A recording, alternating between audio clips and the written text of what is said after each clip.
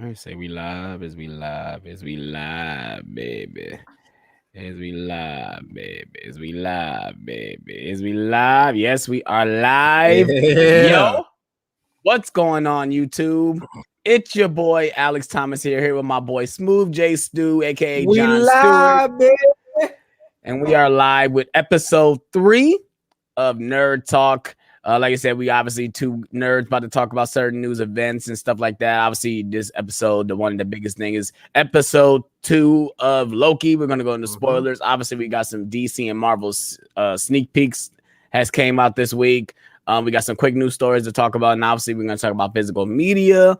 And we're also going to do like a live Q&A portions. I'm going to talk about some giveaways I'm going to do as well in the stream. So if you guys want to know stuff about that, go ahead and stay towards the end. Shout out to everybody that's in. Yep, shout out to everybody that's in the chat. Shout out to Luke. Shout out to Shaggy. Shout out to Jason. Shout out to all you guys. Shout out to Black Tornado. Shout out to all you guys that's in the chat with us right now. You guys are awesome. And yeah, so how you doing, John? I'm Happy doing Father's good, Day, man. by the way. Thank you. I appreciate it. I'm doing good, man. I had a busy week at work. I had to work pretty much every day. But I'm finally off. I got the next couple of days off. Nice. I can get some rest and record some more content for the channel. Be on the lookout for that. And yeah, just spend time with my family, man. Yeah, same. I've been tired. Obviously, last night. I don't know. This is not nerd talk, obviously, but I mean nerd talk related. But I stayed up watching Insecure last night with my girl. I'm glad you finally got into it, bro. That show was great. It is. Issa Rae did her damn job with that show so far, and obviously there's another season coming. It's gonna be the last season, and this is gonna be the final season. Okay, so. But it is really good. It surprised me when I watched it, and so I'm basically living off 3 hours of sleep. I did an early stream with my father, talking about The Last Dance. We had to cut it short because he had family issues, so we're probably gonna do a part 2 for that. That was a great stream. I watched it. That was a great stream. If you guys haven't seen that, go watch the replay. That was a really good stream. I think you guys should do that a little more often. Thanks, man. Thanks. Sports talks. It's crazy because we've been pushing this so long of doing it, like talking about doing talking about The Last Dance. Yeah. Cause we sit there and literally watch it at work and simultaneously. Like, I'll call them on Google Duo and we'll watch The Last Dance together. Like, especially like Fridays is we call it The Last Dance Day because we're gonna be there all day. But we can watch The Last Dance throughout the entire day and kill the whole day. Like, So yeah, so I'm happy we finally got to do it, and it made sense to do it on Father's Day, which was great. So everything was good. So my day's been good, and obviously I was so excited to do Nerd Talk today because we got some stuff to talk about. Obviously, we got episode 2 Loki spoilers. So if you guys haven't seen Loki episode 2, just go watch it, man. It's a great episode. I'm so ready for episode 3. We're gonna talk about spoilers, obviously, but we got some quick news stories that we wanted to talk about. And John just sent me this on Instagram, and we got some photos of Supergirl in her costume, and we also got Michael Keaton on set. Yes, as Bruce Wayne in the Flash movie. Yes. I'm trying to at least try to find some of these links and post it in the description. That's what I need to do because I'm not going to show up on the screen because I don't want to get copyright or anything when it comes to photos. But it looks very interesting. Obviously, it's not the full costume. The most of it is going to be CGI'd, obviously, but we see like with the overlay. We didn't see what the CGI is going to do, but it looks pretty interesting. Mm-hmm. Yeah, I like the way it looks. It they basically doing the Laura Lane Kent Supergirl and not the Kara Supergirl or Kara, however you want to say it. But I love the way the suit looks. It's very reminiscent of Henry Cavill's suit while still being very accurate to the Injustice comic book Supergirl. Who Laura Lane Kent is pretty much Superman's daughter. So I'm pretty sure that she's going to be Superman's daughter in the movie. But yeah, I love the way it looks. I love the attention to detail that they give to the costume, the same way that they did in Man of Steel. However, I did hear that the person that designed Henry Cavill's costume for that and designed the the the language, the Kryptonian language for the S shield was not consulted on this particular costume design. So Don't she tell me got said some legal problems going on with this. no, it's not Okay. anything legal. She was saying that whatever words are on her S shield is different than what is on Henry Cavill's. Yeah. Henry Cavill's, just because she wasn't consulted. So okay. I mean, it's just it to me. It's just hopefully it shines more light on us trying to get a Man of Steel 2. But I think that door is shut to get a Man of Steel 2. Because I think Henry Cavill has just moved on. Like, he might pop up in small roles, but for him to get his own movie, I think Warner Brothers closed that door. Especially with them. I think that I don't think that he has completely shut the door, but I think it has become increasingly difficult for them to reopen that door, just because he's gotten busier over the years, and he's fully committed to The Witcher now, which is going to make it very hard for them to film a Man of Steel 2. Right. And also they greenlit the J.J. Abrams Superman, so he's developing one for Warner Brothers as well. So, yeah. I mean, which is gonna be a black Kal-El. Yep. So I mean, which I got mixed feelings about. Yeah, same here. I mean, it was gonna happen eventually. I mean, it's something different. And the only thing I don't like about Warner Brothers is that they do two coherent things at the same time. Obviously, if Ben Affleck was still being Batman, then we still got Robert Pattinson as Batman. So you got two Batmans going at the same time. It's kind of, for the audience, it's just a little confusing. Yeah, we got three Batman, two in the same movie. Yeah, like so if I was a casual fan, I'd definitely be scratching my head right now. I'm scratching my head now as somebody who's well versed in this stuff. So and obviously the Flash movie is doing Paradox, obviously Flashpoint Paradox, where we're going to see an older Batman or whatever, stuff like that. Or obviously it's going to go to Paradox stuff. So we'll see how you know how Warner Brothers do. They're gonna make it. They're gonna Marvelize it. Yeah, for sure, sure. And obviously, because me, I wanted to see Negan, the actor who played Negan, to be Thomas Wayne. That's what I want to come back. Oh I want that. Jeffrey Dean Morgan. I wanted Jeffrey Dean Morgan to come and play the Thomas Wayne Batman. That was wasted casting, because he's perfect for the role. Yeah, for sure. They just, Warner Brothers has dropped the ball, but that we've talked about that enough, so we won't get into that, because I'll go off. Yeah, for sure. I was about to say, because even let's talk. I know we talked about this off camera. Talked about did they drop the ball with not doing the Man of Steel 2? Obviously, would the plan be different if they just allowed the story to kind of like not just be so reactionary and just jump into, if they had trying to bring the Snyderverse. Yeah, just committed to Snyderverse, but not even just committed to it, but just not just jump to Justice League or BVS so soon. Like, allow these characters to grow. Will we still have the same impact on these characters, or or would we even get Batman versus Superman? Because obviously, Man of Steel was so diverse and with critics and audiences. But if Man of Steel 2 was the same way, would we even have got the other movies? Well, that's the thing. With Zack Snyder, he had always intended on doing a proper Man of Steel sequel.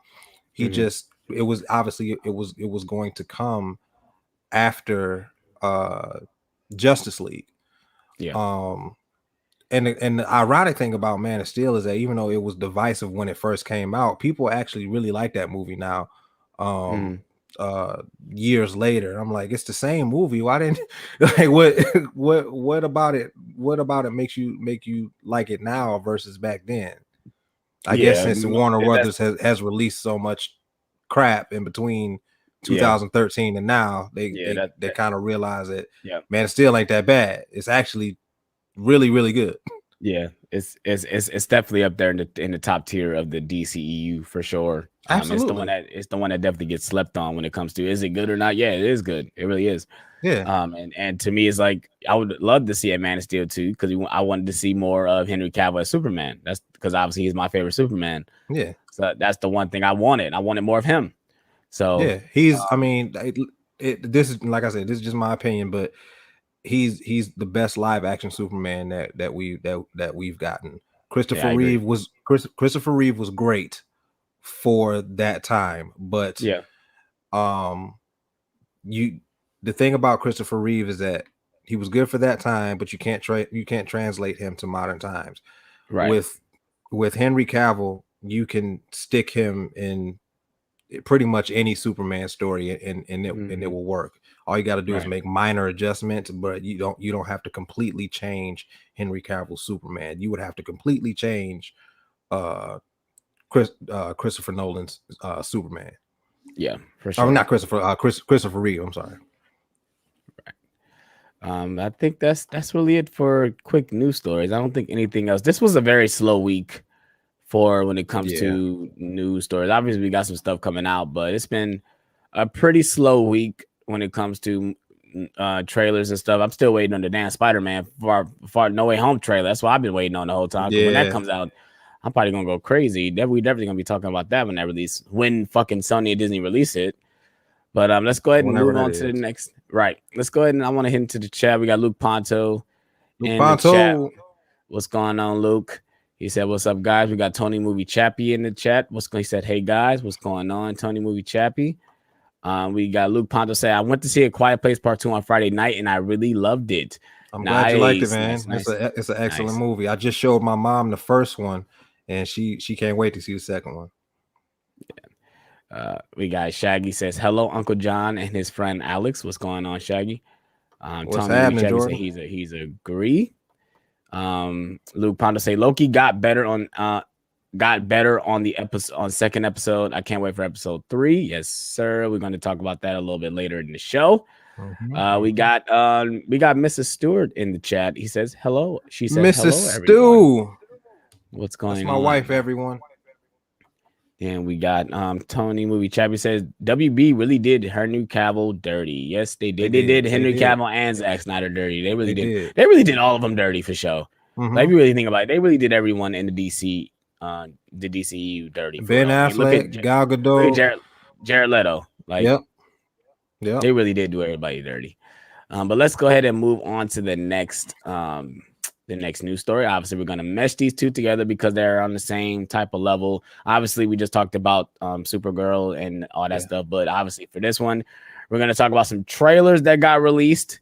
Let's go ahead and talk about Titans because Titans season 3 just released a teaser. I just recently watched it, and it looks pretty good. Yeah, it looks dope. It looks dope. It's got a like Dark Knight looking type feel, Zack Snyder like feel as well. I mean, it looks just like a DC show. Obviously, HBO Max is bringing it out, and the trailer looks dope. I mean, it's only a minute, so they didn't really show us that much. But I mean, the little that we did see, we get to see. Obviously, the Joker is going to be somewhat involved, and obviously, they showed us a glimpse of the Red Hood is going to be involved in this storyline. And obviously, for me, I haven't watched the Titan show. Obviously, you probably have seen more of the show than I have. I've seen trailers from them. I've seen clips of the other seasons, and I know they're streaming HBO Max. I might as well just say fuck it and watch it. Yeah, you should. It's good. It's really good. Just to get it over with. But what I've seen, I mean, it looks pretty good. What's your thoughts on the Titan season 3 trailer? I thought it was dope. They're adapting one of the best Batman stories written, which is Batman Under the Red Hood. That story is excellent. Even the DC animated movie was excellent. So yeah, I can't wait to see it. I love the actor that plays Jason Todd. I can't remember his name, but he definitely brings that that aggressiveness and that kind of arrogance to Jason Todd. So I'm definitely excited to watch that. I've watched I watched season 1, and I'm about halfway through season 2. So yeah, I can't wait to finish that and then get right into season 3.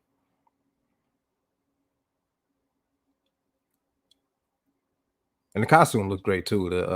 I thought they did a really good job with the costume design of Red Hood. Yeah, The eyes aesthetically, it are looks good. yeah, the eyes are a little big for me, but that's that's a nitpick. Overall, the costume looks great. Yeah, speaking of, I was just looking at this because I'm like, I was trying to look at the design of the Red Hood on here, Mm-hmm. and I agree, like, but with animation, they're gonna make his eyes more aesthetic to his feelings, other than live action. So Yeah, you're yeah. not gonna get that same feeling when it comes to his costume. But it looks pretty interesting. I need to give Batman Under Red Hood a watch because I haven't seen it in a while. That's one of the That's why best one reason DC why, animated movies. yeah, that's one reason why I bought it. So, Yeah, that's top like I tier. said, I'm pretty interested in the trailer. Like I said, it made me hyped to watch it. That's the one thing it did. It made me more my hype to watch the Titan show. Mm-hmm. Obviously, I heard Batman is involved, but not really involved in it. This is more obviously about Teen Titans. In season 1, he's kind of like the president in the show Veep. He's acknowledged, but Okay. you don't really see him. You see Okay. like a glimpse of him in one of the Okay. episodes, and then in season 2, he shows up. Okay. But it's only as Bruce Wayne. You see him as Batman like for like a second in season 1, but then you see him full on as Bruce Wayne, and he doesn't look like classic Bruce Wayne. He's older, but he does fit for that universe. I definitely felt like he and Dick Grayson had some history. So he's but appropriate for that universe. That's another instance where they got another Batman going on in the same time as 4 other Batmans, basically at the same time. We got 4. I hadn't 'cause this realized is that we not got 4 concurrent Batmans. Wow. Yeah, because this is not connected. If you want to go animated, shit, Batman showed up in the Harley Quinn show. So it's like we got like 6 Batman going on at like the one time. I mean, the more Batman, the better. It's cool. I'm And all right speaking with it, of the Harley Quinn show, do you know what the drama that's going on with that? Yeah, about Batman and Catwoman. Yeah, I mean, might as well talk about it since you just brought we it might up. as well talk about it. So the new story is that DC, well, the writers of Harley Quinn wrote a scene where Batman. I'm sorry for the kids in the chat if you guys are in the chat, but yeah, keep it PG-13. They wrote a scene where Batman was supposed to eat something with another character. And they said, the Warner Brothers said, no, that's not something Batman would do. And in my opinion, I think Batman would do whatever the fuck he wants to do because he's Batman. well, he did it. Zack Snyder the next day posted a frame from I forget what the comic was, but he posted a frame of Batman and Catwoman in a particular act. And he said, this is canon. This actually happened. So in fact, superheroes do that. Yeah, to me, that whole story that's more DC. And it's funny because the writers of Harley Quinn came out and said it's nothing against them because they allowed them to do a lot of stuff on that show when it comes to absolutely. what they do. Absolutely. They gave them a lot of leeway on that show. Yeah, so they do a lot. So we got Phil Creep videos. What's going on? Phil's Creep videos. He does a lot of horror content on his channel. Go check him out. Nice. But going back to this, it's just funny to me that there go DC again jumping into something where it's like just allow them to do what they want to do.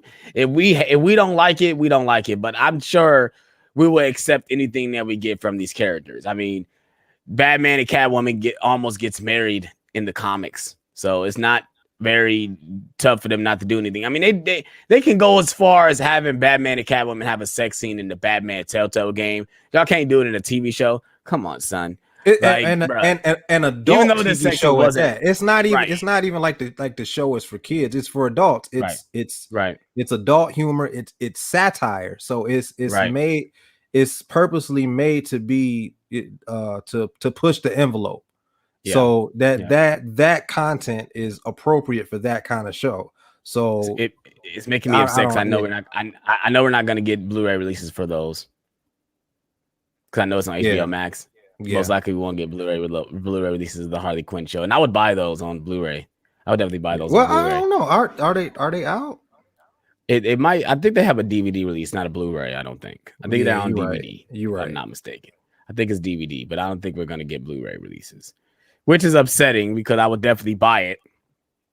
If they ever come out, I might binge those again too when they come out. It's out. The first Blu-ray releases.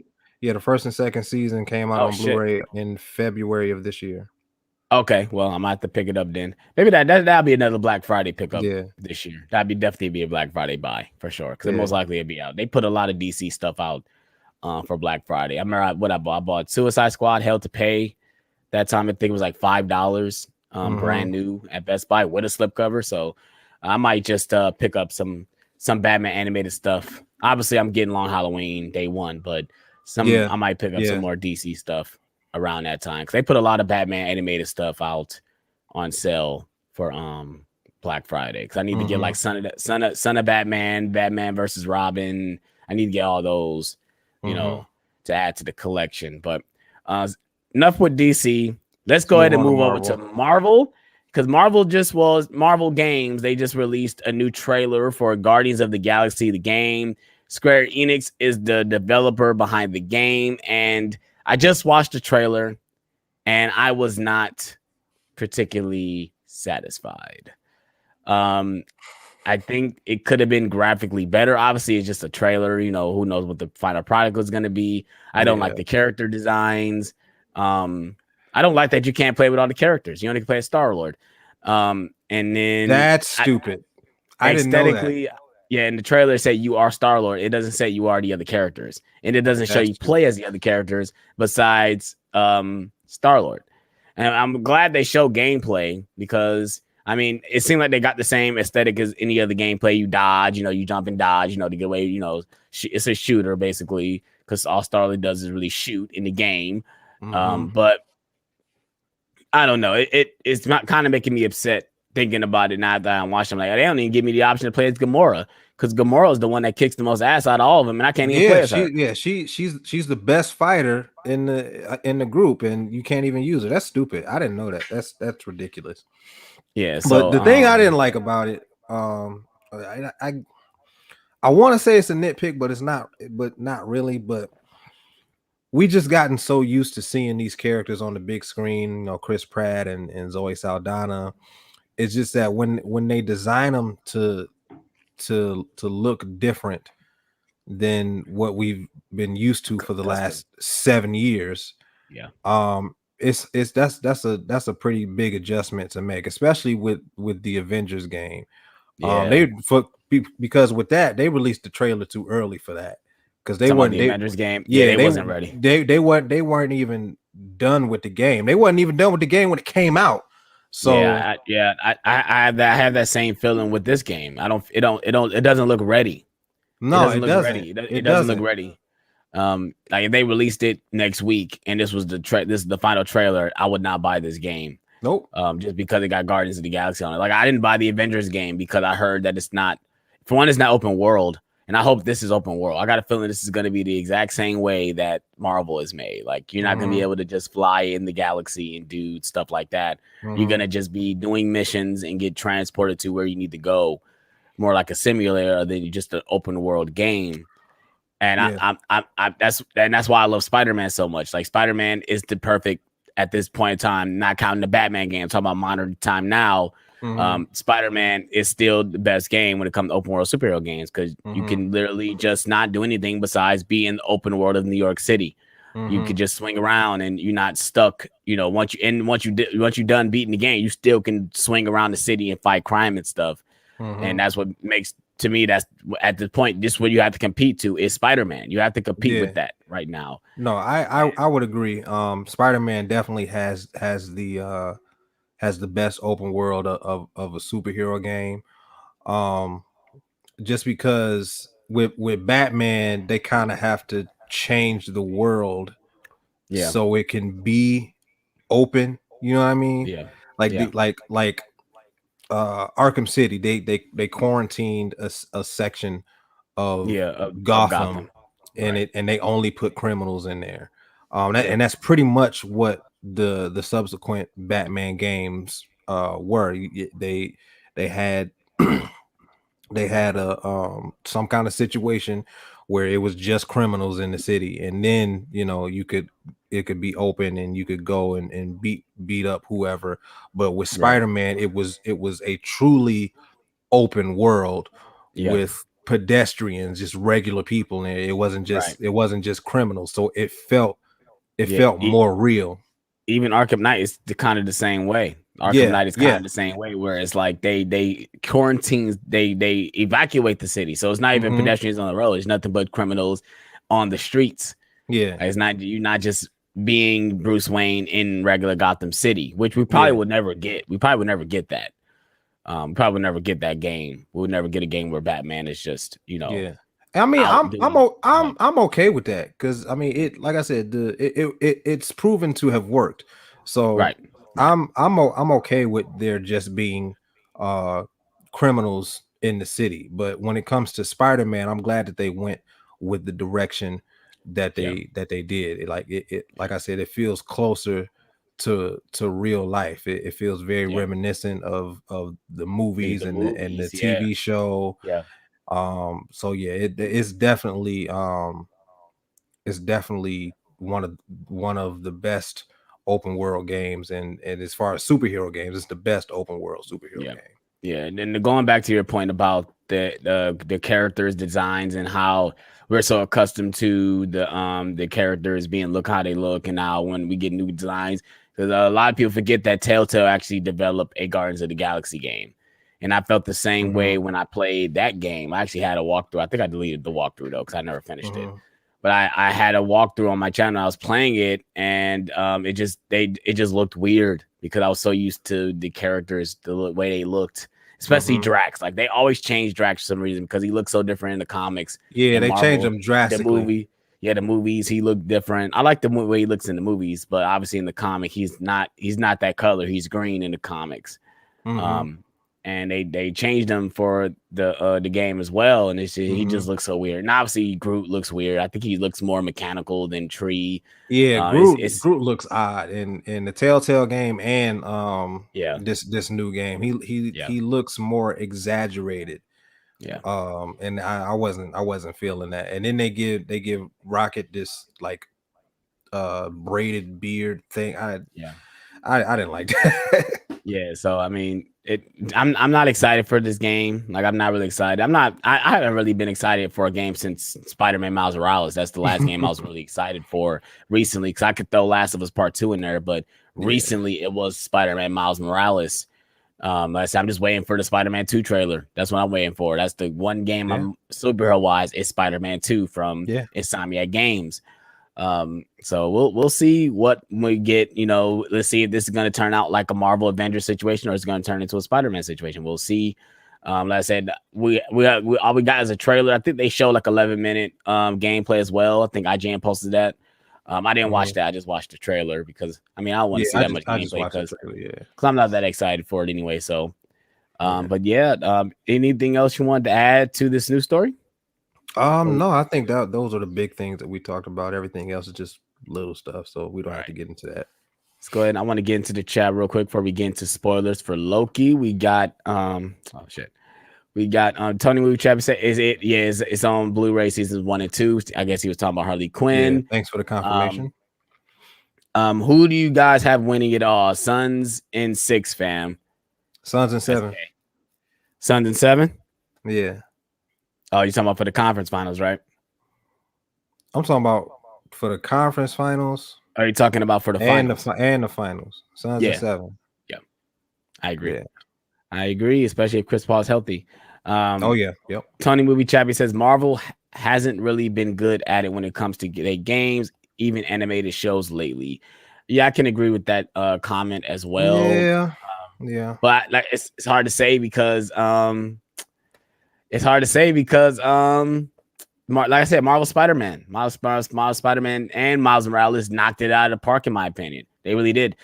I highly recommend both of those games. If you love superhero games, you love Spider-Man, play them. They are amazing games. The story is great.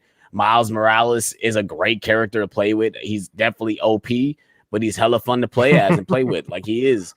And as far as like animated shows, the thing about Marvel is that they don't market their animated shows. They release all these cartoons that nobody knows about.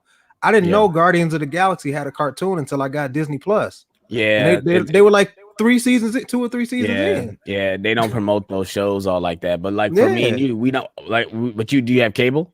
If you don't have cable, of course you're not going to see it. Obviously, if you have the channels, they're going to promote those on the channels. But obviously, for us, we don't have obviously they're not going to promote it on Disney Plus. There's no ads on Disney Plus, so you're not going to see it on there. But you got to think about all the animated shows they do release. Like they have Avengers shows on there. Black Panther shows up all day. I remember when he was first showing up on there. So now I remember the Avengers shows, but that was back when I like still like kind of had cable. But I definitely remember the Avengers shows. But like I said, they released all these shorts and Guardians of the Galaxy has a show. They released another Spider-Man animated series. So, right. So Spider-Man probably has the most animated series of any superhero. For sure. We got 4K D-Ray says no one has ever told me about this Black Summer show. Anybody watch it? What's that? I watched the first episode and I couldn't really get into it, but what is Black Summer? I barely remember. It's like a zombie show. Yeah. Okay. I know Netflix. I know Cruel Summer because isn't that just came out on? Yeah. Black Summer is old. Black Summer came out like 4 or 5 years ago. Okay. Yeah. I've never heard of that before. Yeah. We got Brian in the chat as well. He said, just wanted to stop by, keep up the great content as well, Alex. Well, thank you so much, Brian. He always comes up and shows up in my videos. So next, obviously, might as well be going to get into it. Oh yeah, Big Meat and Potatoes is the episode, Loki episode 2 spoiler review, spoiler discussion. So if you guys haven't seen Loki episode 2, stop where you are, go watch it, come back, put it in your watch list. If you're listening to us, just go ahead and pause it. Go watch Loki and then come back and watch it, listen to our thoughts, because we're gonna go probably scene by scene and really go deep within spoilers. But if you guys don't care about spoilers, welcome to the Alex Thomas channel. Welcome to Nerd Talk, and let's go ahead and talk about Loki episode 2. Jay Stu, what do you think of this episode, buddy? I really liked episode 2. I do have to disagree with Luke. I didn't like it quite as much as episode 1. However, I did still really enjoy it. There was a lot of exposition on Loki's part, just explaining different things about the multiverse and what he thought was the other Loki, the variant Loki's plan. As always, he and Owen Wilson have great scenes together. They have great chemistry. But yeah, I definitely enjoyed this episode. Not quite as much as episode 1, but I still enjoyed it. We got the big reveal of who the villain was, even though everybody had figured it out already. But yeah, I definitely like the way they handled this episode. I'm on the other side. I really love this episode. I love this episode. We get more of Tom Hiddleston being Loki, and I think the reveal of the opening scene where she takes over the Minutemen's the mind, and you got I Need a Hero playing in the background. I thought that was awesome. Yeah, I did think that was awesome. But I think it's a red herring. I don't think Lady Loki or whatever they're gonna call her is not the villain. I think the villains are going to be the timekeepers, in my opinion. I concur. I think she really knows what's going on, and that's why she's doing what she's doing, and that's where she's going to take Loki on this journey and show her that what you see is not everything it seems to be. Like, you're a And pawn. You're a pawn. You're a pawn in this whole system. Yes, I think that's the way it's going. It's gonna go, and it's made me excited at the end when he literally ran off. Because he could have stopped and just not let the portal go, but he went through the portal. So he wants to see what she has to offer. Mm-hmm. And I love this episode. I loved all of it.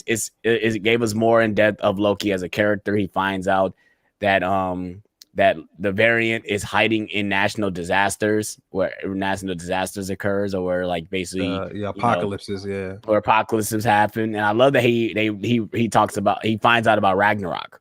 Yeah, I love that scene. He's sitting there reading and he finds out that basically Asgard's get destroyed. And it's a great scene. He just realized, oh, you can go back in time and go to these places and mess up anything, like take things and stuff like that, and it won't matter. The timeline will get fucked up. All gonna be destroyed. It's gonna be gone like within the next couple days or so, or whenever you go. So I love that he came up with that revelation. Like I said, I love Owen Wilson and Tom Hiddleston's chemistry. Absolutely. They have really great chemistry in the show, and I'm ready to see more of it. Obviously, they probably won't get as much now since he ran away, but I love their chemistry so far in this season. Mm-hmm. I loved how at first how menacing Lady Loki was as well. Mm-hmm. I love that she just didn't show her face the whole time and then waited to the right moment to show her face. The thing that I liked about that scene when she was like switching bodies, it reminded me a lot of the movie Fallen. Have you ever seen that? No, I've never seen that. Okay. It's a Denzel Washington movie that came out in 96, 97. Mm-hmm. And I know it's about the devil. I know it's he's trying to find this killer, but the killer is a demon who's transferred through people by touch. Mm-hmm. And that episode is heavily influenced by that movie because it had the way Lady Loki transfers herself through people is very reminiscent of that movie. But the thing that they changed was that the person whose body she just left, they don't have any recollection of Lady Loki being inside of her or any actions or whatever. They're completely lost. Yeah. You get it obviously with the so I might as well just jump into the episode. Like I said, I love the episode, but the episode starts at a Renaissance fair in 1985. Mm-hmm. And they go there, they know that the variant is there, and so they try to ambush her inside this tent. Mm-hmm. And she kind of plays this song over the speakers and takes over the mind of one of the Minutemen and use her as a pawn. And it's pretty awesome. But to see that she has this type of ability, it shows that she's kind of powerful. And I don't think Loki can do this. He doesn't have the ability to mind control. The only way he was able to do this when he had the scepter, but that was because he was using a stone at the time. Right. And they explained that in the first episode that each version of Loki has a different power set. For the most part, it was in this episode. Oh, I thought it was in the first episode. No, it was in this episode because that's when they go to the fair the second time. When they all go together, this is when Loki first. Oh, you're right. When he first suits up as a was the first episode. Yeah, it's this episode. So he finally suits up with the TVA and he goes to the Renaissance Fair. And that's when he's trying to trick the TVA and prolonging, that the variant is doing this, the variant is doing that. He wants you to get caught. He's a trap, blah blah blah. And then all at once are like, you're not gonna get me, sir. You're trying to stall. Clear the timeline. That's when they clear the timeline. Right. And but I love the opening scene. Opening scene is pretty dope. And we somehow she kidnaps one of the Minutemen, and he's like, "Oh, they don't do that. Why is she kidnapping a Minuteman? We've never had that before." Mm-hmm. Like I said, they clear the timeline, and then we come back, and I love the scene where Loki is talking to Miss Minutes, and he tries to hit her, and he asks her, "Are you recording? Are you really here?" She's like, a little bit of both, and he tries to hit her, and she like, "Hey, watch out!" And that's pretty hilarious. Like I said, I love the little nuances. Like the pacing in the show is pretty good. Yeah. That scene kind of reminded me of Thor Ragnarok when Loki was talking to Thor, and right before he went out or right after he came from his battle with Hulk. Oh yeah. And Korg saw him disappear and went over and picked him. He's like, piss off, ghost. Yeah, but I feel like we got a lot of Taika Waititi humor in this show, which I don't think he does. He doesn't do any direction in this show, which is sad because he has the right theme for Thor and Loki. But I said we figure out that he figures out that he's trying to Loki's trying to figure out some information about the TVA. He goes to the receptionist, try to get some information, and he obviously said everything is classified. He said, and he asked the receptionist, like, "What can I get?" And she just gives him his files, like his stuff about him, not about anything else. And that's when he finds out about Ragnarok, which was great because he has that moment like, wow, like it ends like this. This is how it ends for Asgard. I wanted the real Asgard, but it ends with Surtur, creating Ragnarok. And then he finally gets the revelation that, I know what the variant is doing. He or she is hiding in apocalypses. Yeah. Yep. Where if you could go and change the timeline. And I love the metaphor that he uses. He uses his salad. Yeah, that was a hilarious scene. That was a funny scene. He basically destroys the salad because he puts salt all in there. He uses the guy's, I don't know if it was milk or some type of drink, and pours it in there. It was like soda or something. Yeah, I would have been pissed at something like, bro, I really wanted that salad, bro. I'd have been salty as fuck. But I see little stuff like that. That's why I love this episode. Little stuff like that you don't get in other MCU type things. But then they go back to Pompeii. This is the scene you've seen in the trailer where we go to Pompeii with the volcano erupting, and he tries to show to Owen Wilson that testing his theory. If I can do anything in this timeline, it's not gonna fuck up the time. It's not gonna start another branch. It's not gonna do anything because they're gonna die anyway. Right. And he literally speaks in their language, like, "Hey, I'm from the future, and my name is this. He's this, and I love that he calls the goats his horn friends." He says, "Be free, my horn friends." I'm like, oh my god, that's hilarious because he has horns on his helmet. It's hilarious. Yeah. But he finally realized that obviously the stuff doesn't change. It doesn't change, like, because obviously the volcano is going to erupt and Pompeii is going to get wiped out. So nothing from that happened from that time is going to get out to the world. Right. Right. So I love that type of note. See, things like that I do like. That's why I love time travel stories. But when you do it right, like for this is where they're doing it right. Yeah, absolutely, I agree. So yeah, and I think next after that, that's when Owen Wilson comes up with the kablooey, the gum. The gum comes back from the first episode, and he finds out when the gum was made, and it was made between 2050 to 2000 something. And it's basically later in the future. And this is the first time we ever go into the future, which was dope. Which is the first time because I think now the farthest we now obviously current time is 2023 now. Yeah, 2023. But they actually go into 2051, I think 2051 or 2050. We actually go forward in time. Yeah, we go forward in time to an apocalypse that happened in Alabama, which is hilarious because they basically get thrown by a hurricane. Hurricanes just demolishes the entire town. So Loki finds out, okay, the variant's gonna be hiding in this department store because that's where most likely he'll be because you can get resources and everything, and obviously it's about to go down, so they could take the variant could take as many resources as he wants, right? And it's not gonna fuck up the timeline or anything, right? So they go back to this time, and I love that Owen Wilson wants Loki to be with him, but the Minuteman chick, I don't know what's her name, I can't think of her name on top of my head, but they end up being together. What is her name? It's on the tip of my tongue. It's gonna bother me. I gotta find it. But they end up Hunter B15. Okay. See, that's numbers and shit. I wouldn't remember that shit. I wouldn't remember that because it's not a real name. It's just a code name, because they're Minutemen's. But just like Luke Ponto said the same thing about Tom Hiddleston and Owen Wilson basically doing great. Yeah, they're definitely doing great. Tony Movie Champion. I'm just going jumping to the checks. I feel like I'm just talking over and over again about the episode. He says the one character that really stood out to me was the girl who killed those TVA soldiers. And interesting enough, that exactly the same actress, Sasha Lane, who was in the Hellboy reboot. Well, I didn't see the Hellboy reboot, so I don't know. I have not seen the Hellboy reboot, and I probably won't watch it. Yeah, like I said, even if it's on sale Black Friday, I probably won't buy it.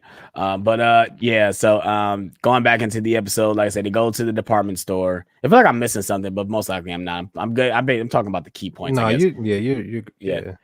They go to the department store, and the Minutemen, the Hunter, whatever the numbers are, and Loki see a guy literally looking at plants, and the delivery is so funny. They're like, "What are you doing?" He's like, "I'm looking. This is a hurricane sale." He's looking at plants. Like he says, it's a hurricane sale. I'm like, oh, so they do sales around hurricane season because they know, things are about to be fucked up. But and he says, would that be you? Would you do something like this? And Loki was like, yeah, I definitely would. And he realizes that it's basically the variant, and she transfers her the consciousness of that person into the Minuteman. And I love the way these actors are portraying the variant. I love this. I love when actors can do this, where they basically aren't the character they are, but they can kind of emulate who they are. Yeah, like I love that. Because obviously movies have done that a lot of times, where they're under mind control or stuff like that. But I love when I see actors do this. This is very interesting to me. Yeah. We figure out that Loki is trying to con her, trying to figure out, what do you want? What are you doing? I don't care about this. I want to overthrow the timekeepers and the TVA. That's his whole plan. His whole plan is basically to overthrow the timekeepers and take control of the TVA, because he finds out this is obviously the absolute power, and the Infinity Stones ain't shit, and stuff like that. And obviously the variant just keep transferring the body into different body. I think he transferred to like some sales associate or something like that. And then she transferred the body into like some big hawking looking guy. Some big lumberjack looking dude. Yeah. And they get into a little fight scene. God damn it. Just go ahead and she know I'm live. That's what's aggravating. Just go ahead and keep talking, John. Just go ahead and keep talking. Let me answer this call. Well, the variant keeps transferring herself throughout different characters in the scene, and it makes for a very interesting scene. And like Alex said, it was definitely good to see different actors portray the same character, and kind of bring their own style to it, bring their own flavor to it. But I definitely agree with Alex. I love when actors have that ability. That's just a sign of good casting. Yeah, for sure. That's good. Yeah, that's a great actor. Great casting, great actors. But we get back into that. They obviously Loki gets into a fight scene. Get thrown around. We get a little hint of Loki's got telepathic powers. He can actually, grab, cause stuff to him. I don't think we've seen that before. We know we can make stuff come to him, like through magic. I've never seen him do that type of stuff. Excuse me, which is pretty interesting. But then we already seen that within the episode. We've seen some of the reset charges put around the area, and we see the variant set a timer. We see her set a timer inside the little room where all the cameras at. So the variant is already ahead of the game already before they even get there. She already know that they are there. So she already set the plan in motion to set a timer. And obviously the reset charge is all over the place. And they get into a little fight scene, and Lady Loki finally reveals herself, and basically just tells them that you don't know shit, and this is not about you. It's not about you. This is a way bigger situation. And she set the charges, and basically this is the best part of the episode, because this is right here what's gonna lead into the multiverse. It is. This is going to drive the rest of Phase 4, because Phase 4 is going to be about the multiverse. It really is. And it's, to me, what we talked about, it's going to lead to Secret Wars. It just is. It is. That's the next big thing to do is Secret Wars. I mean, you already did Infinity War. Might as well do Secret Wars. So basically, all the reset charges get dropped into different areas in the world. I don't know of different times, but into different places in the timeline. And I was watching New Rockstars put up a video, and they literally paused each place to where stuff were going, and they were going to some interesting places. Vormir was one, Asgard was one. I forgot what's the place called that that Loki and Thor go to, where they're is it Sakaar? Sakaar, the gladiator planet. Yeah, Sakaar is one of the places too. Obviously they go to a lot of places in the United States, like New York, stuff like that, some of the big places. But just to see some of those other planets get mentioned that the reset charge is going to. Now, what are your thoughts on this whole episode? Because it surprised me that I was sitting there. I had to get up and had to see, like, is this really happening? I got up out of my seat, like, they're really about to, like, because you see all the timelines, like, literally just like going crazy. And you know, like they're everyone in the TVA is freaking out. They was panicking. Yeah, like, oh shit, like that was definitely the highlight of the episode. It was definitely something that was incredibly interesting, and like you said, they're definitely going somewhere. This next episode is definitely going to be the catalyst for the rest of Phase 4. So I'm very excited to see it. Yeah, me too. It kind of makes me upset that we only got a certain amount of time more episodes left. So they really got to do a lot of more explaining, because we only got 4 more episodes left. 4, yeah. Like in the first middle basically of this season. And I'm just ready to see more. It made me more excited to watch more of this show. I love the pacing that is going so far. I love the direction that is going. It's something different. And I think the turnout for this is going to be better than both WandaVision and Falcon and Winter Soldier. I just think that what they're telling us, the story for one is more grander than both of those shows. Because it's impacting more. Like you said, it's directly influencing the rest of Phase 4, because WandaVision kind of played around in that area, but I think they kind of dropped the ball in the finale. And then with Falcon and Winter Soldier, that was more of a one-off for Sam to further develop his character and kind of tie up some loose ends with him and Bucky.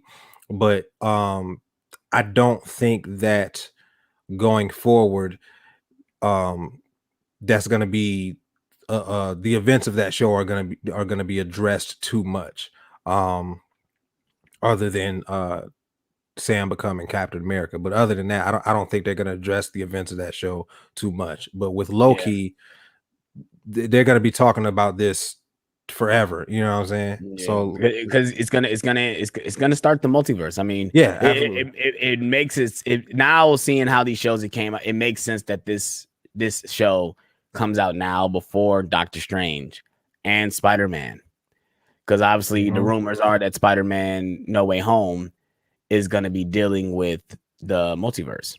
Most likely, it has to, because they confirmed that Alfred Molina and Jamie Foxx are gonna Spider-Man's from the other universes. Yeah. So it has to deal with the multiverse. Why else would you put them in there and it not be multiverse related? And it to me is like, especially with the events of WandaVision, because she basically she has the type of level where she can, obviously disrupt reality and, do a lot of cosmic things when it comes to the timeline as well. So it's the one thing is like, maybe not, because why haven't the TVA come and, done anything to her after she done did everything that she's done? And it was probably supposed to happen the way it did. Yeah, that's another thing it's very weird. Like I love that he brings that up. They have a conversation about free will, and I think it's this episode where they talk about that. Yeah, it was that episode where they talk about, do we really have a choice? Are we told, are we led to this path, or do we make our own choices, or do we really have free will? Do we really make the choice we're supposed to? Because if everything's supposed to happen the way it's supposed to happen, if I do one little thing to go off my path, I'm gonna be in the TVA. I'm be at the spot he's at right now. Yeah, but it got a little deeper because if you want to think about religion, I mean, when it comes to a lot of religions, I mean, there's the man upstairs that knows what's going to happen, but we have the choice to, we have the free will to do whatever we choose to do within our path. That's how I interpreted it. There's also a theory that time is like a river. So if you throw a rock into a river, obviously there's going to be a ripple effect, but eventually the current will correct itself. And that's how I pretty much see time in the MCU. Yeah, for sure. It's funny because a lot of things in the MCU is kind of like that. I mean, like it's crazy that all this stuff was literally supposed to happen, like Endgame. You would think that they violate a lot of time laws, but the way the timekeeper saw it, this was supposed to happen. And obviously Doctor Strange saw it was supposed to happen. So he used the time stone for a reason. He used the time stone to see what other possibilities was supposed to happen. And clearly the possibility we got was supposed to happen. Everything they're doing in this show is so interesting, and it makes me want to watch more. When this show is done, I'm definitely probably going to watch it again, like just binge watch all episodes to see how it all connects as one full thing. And it makes me want to ask the question, because I think we talked about this before. Do you think this could have been worked out, could have worked as a movie itself? Other than obviously when it plays out, because we talked about that with Falcon and Winter Soldier and WandaVision. I think WandaVision worked more as a show, but I think Falcon and Winter Soldier could have been a film. It really could. Falcon and Winter Soldier definitely could have been a film. That's tough to say with Loki though, because this show is there's a lot of information in this show, and I don't think that they would have. I don't think that they could have done it justice had they put all of that information into a 2 hour 2:15 movie. It just, I don't know. I don't think it would have worked as a movie because it's so much information. Like the information that we've gotten, it just in these 2 episodes, and you already in a movie, you already at the 2 hour mark because the shows are 50 minutes. So you're already almost at the 2 hour mark. So it would make for a 6 hour movie. And it would have, if they did it into a film, it'd be a lot cut out. It'd be a lot cut out. Most likely. And everything that they're saying is important. I mean, there's some fluff, but you can't really cut too many things out of these episodes because everything is important. Yeah, I agree. But especially like going back to Falcon Winter Soldier, I do think like that movie, that could have been a movie for sure. That definitely could have been. There's a lot of stuff in there that they definitely prolonged, and it's like this towards the end. I kind of felt the same way about with WandaVision. The ending kind of dropped the ball for me. Like they led up to this, and it was like, oh, that was it, So hopefully this show doesn't do the same thing. Hopefully the ending that we do get doesn't end on oh, that was it. Yeah, I wasn't quite as disappointed with Falcon and Winter Soldier as I was with WandaVision, because WandaVision is a good show. I'm not gonna say that it's not a good show. It's a good show. It's just that it just fizzled out with a little flame after trying to build this big fire. Yeah, the climax just wasn't. Yeah, it was anticlimactic, and that was very disappointing for me. But with Falcon and Winter Soldier, I get what you're saying, that you kind of felt the same way, but for me it wasn't quite as disappointing because there's there's no magic involved or anything. You know what I'm saying? So it's more. It was more of a social commentary show. Yeah, it was more grounded as well too. Yeah, You know, because he's obviously Bucky got the super soldier serum, but these guys aren't like magical beings or like gods or anything. So you know, obviously with these shows we expect that because someone like Wanda is a fucking you can turn reality. You know, you're a witch basically, and obviously with this show we'll see how it ends. I don't think we're gonna see the timekeepers. I don't think we're really gonna. I think we're gonna get a hint of them at the end. Because even though I do believe they are the true villains, I don't think we're gonna get that much from them in this show. I do think the Lady Loki, she's just a red herring when it comes to the villain. So she's probably done bad things, but it's kind of like the Carly situation where she's doing bad things, but she has a purpose for what she's doing. She's not just doing bad things to do bad things.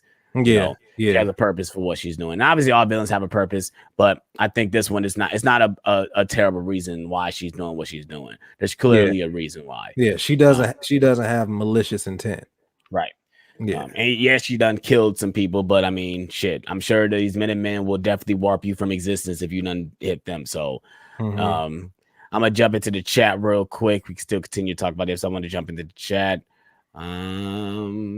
Yeah, we asked that. Luke Ponto, I don't think this is about Loki, but he says, I watched Dudley Do Right earlier today, and it's hilariously bad in a good way. It's one of those bad is good movies with Brendan Fraser. I've never seen it, buddy. You're not missing anything. I mean, he's right. It is hilariously bad, but you're not missing anything. All right, we got Tony Movie Chappie says that the thing that's great about Loki as a character is you never know if he's good or not. And I read somewhere that they plan on doing multiple seasons of Loki, so it'd be interesting to see how this will end. Yeah, I do believe they can do multiple seasons because this Loki is not tied to any it's not tied to the universe. Any one universe, yeah. It's not tied to where the MCU is now. And with 2012, I mean, most likely they can go back and reset the timeline, and it will go back to what happened. Yeah. And I do believe when they reset the timeline, that the Loki, that's the variant Loki, doesn't exist anymore. That's why they when they talk about reset, he literally gets wiped away. Yep. So it's like, you know, he doesn't exist anymore. So he has no choice really but to stay in the TVA and work for the TVA. And that's the one thing that with Loki's intent is that's why he's doing what he's doing, because he's scared that he's just going to be used and you know, discarded after he's done with his use. The tables have been turned because that's usually what he does. He's usually the one pulling the strings and using people as pawns, and now it seems as if he's the pawn. Yeah, and he obviously doesn't like that, and that's why I think he made the decision with just saying, "Fucking, I'm about to roll with Lady Loki, and see what the hell's going on," because clearly she knows some shit, and she's very powerful, obviously, because shit. She was over here dogging Loki for sure. And I think he realizes that she could have killed him. She would have killed him if she really wanted to. Yeah, for sure. Yeah, for sure. But that goes back to she doesn't really care. It's not about him. Not about him. She's not scared of him, and she don't care about his intent. It's not about him. It's about the bigger picture, and we're going to see the next couple episodes what the bigger picture is. But yeah, Luke Ponto say, what do you think is the most underrated MCU movie? Incredible Hulk. Yep, that's what Tony Movie Chappie just said. I'm gonna throw a couple. I mean, Ant-Man, Doctor Strange. You know, people don't talk about those movies as much, obviously, as the big ones like the Captain Americas, the Iron Mans and stuff. But I really do like the first Doctor Strange movie. I do like Ant-Man. Surprised the hell out of me. Surprised the hell out of me, man. The thing about Incredible Hulk is that people say that it's a bad movie, and I'm like, how? It's not a bad movie. We've seen worse. We've seen worse Marvel movies. I mean, look at Hulk 2003, Daredevil, Fantastic Four 1 and 2. I mean, there's worse Marvel movies than any movies in the MCU. So when people say that like Thor: The Dark World is a terrible movie, no, it's not. It's not. It's bad in the terms of the MCU. You want to talk about MCU? It's the worst one when it terms of MCU. Well, you want to talk about superhero movies in general? No, it's not. It's not as worse as Batman and Robin. It's not as worse as shit, Batman Forever. I'll definitely watch Thor: Dark World over Batman Forever any day. I'll say this. Objectively, Thor: The Dark World is a better movie than Batman Forever. Yeah, well, if you put the two of them in front of me, which one am I picking? I'm picking Batman Forever.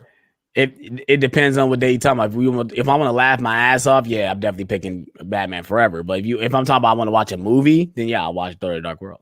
Well, see, Thor: The Dark World, it's not bad. It's just I don't remember it, and I've seen the movie like 3 times. Yeah, it's extremely forgettable. The story is weak. They added Loki in later. They added him. Mm-hmm. He was not supposed to be in. He wasn't supposed to be in there. Yeah. The reaction from Avengers was like, we got to bring him in. There's no question. He was the highlight from those movies. So he has to be at least an integral part in the second one. And you could definitely tell some of his scenes were shoot in because even his hair is different than it was supposed to be. Because if this movie is supposed to take place around the same time as it's supposed to take place in 2000, like at least a year later, I don't know. It seemed like when he gets 2013, when he gets in front of Odin, he's just now getting there, and his hair looks longer. Like, come on, be more consistent with the movies. But obviously, it's a movie; they're gonna do whatever the fuck they want to do. Yeah, I really enjoyed this episode. But yeah, I think I do agree. Incredible Hulk is definitely the most underrated for sure. Yeah, I agree. But that's the most people talk about. That's why I just threw the other ones in there because like obviously that's the obvious choice is the Incredible Hulk, and it's because it's in the first phase.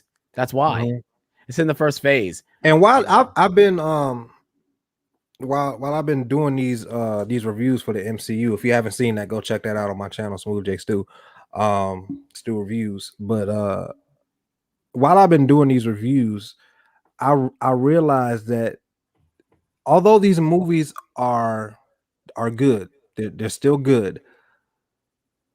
The first and second phases, they can get a little iffy at times. Yeah. The second phase is probably the worst phase overall. It's the shortest phase, isn't it? No, phase 1 and phase 2 are 6 movies. They're about the same. Okay. Yeah. Okay.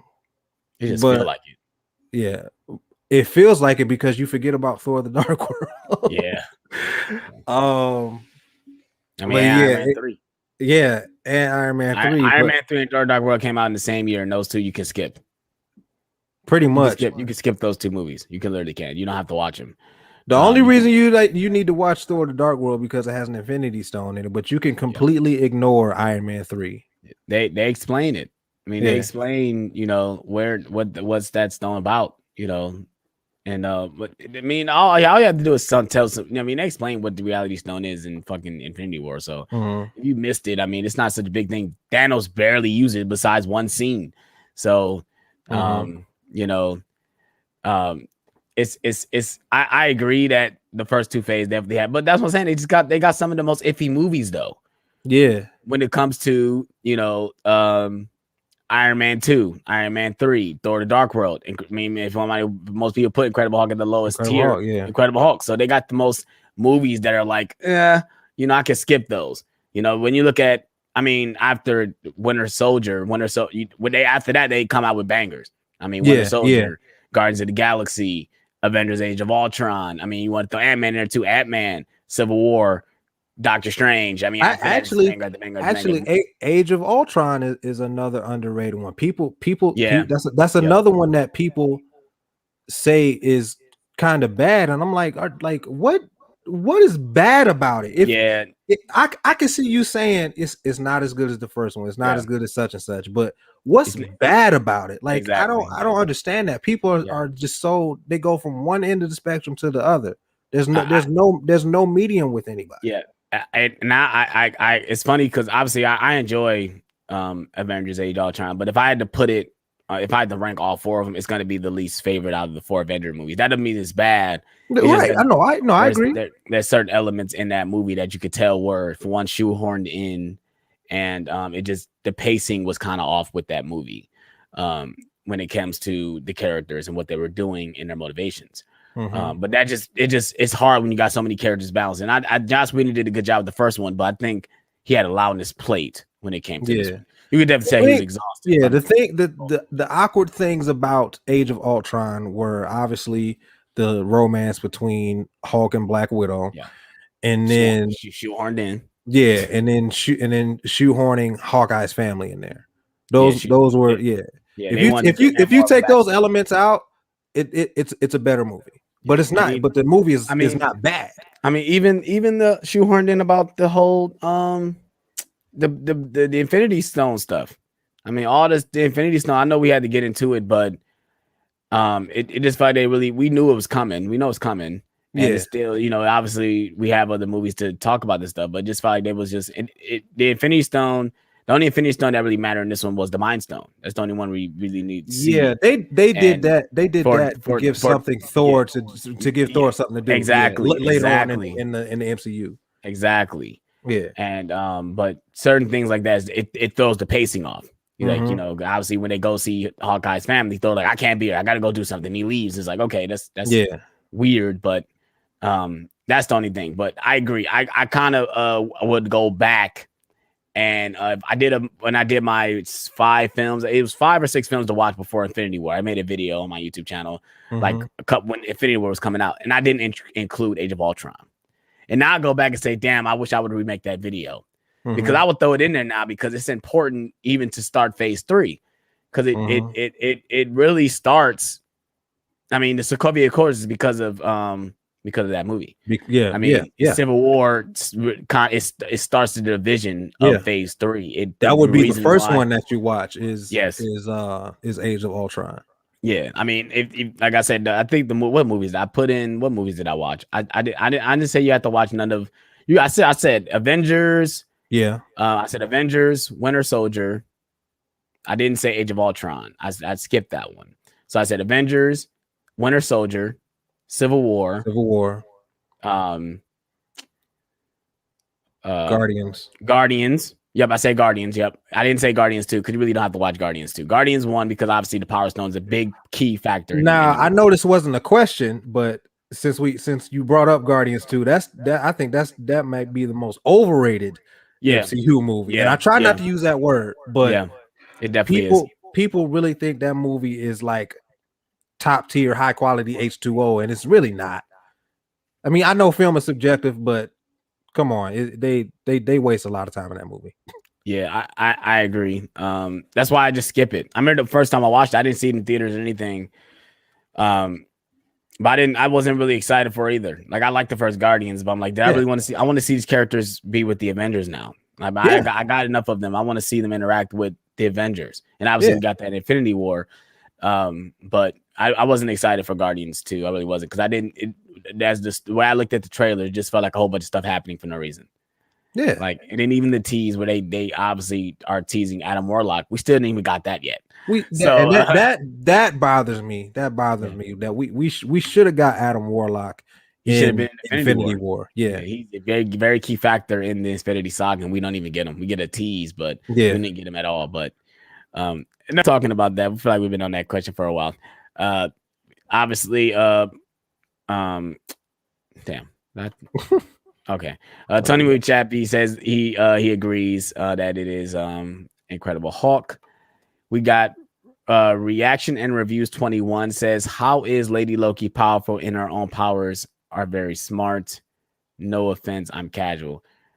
Let me read that again. How is I think Lady he's Loki saying powerful? how powerful is she? Is her power just to be like super intelligent? No, I don't think we've seen everything she could do. I know obviously she can mind control. She has the ability to mind control and manipulate. I do think she has the ability to shapeshift, but I think the shapeshift aspect is transferring her consciousness into somebody else's body. Right. There's iterations of the comics where she obviously we know Lady Loki is a shapeshifter. Like within farther in the future, he shapeshifts himself into a woman. Like that's where that concept come. And also there's another iteration of the comic where he transfer his soul into Lady Sith.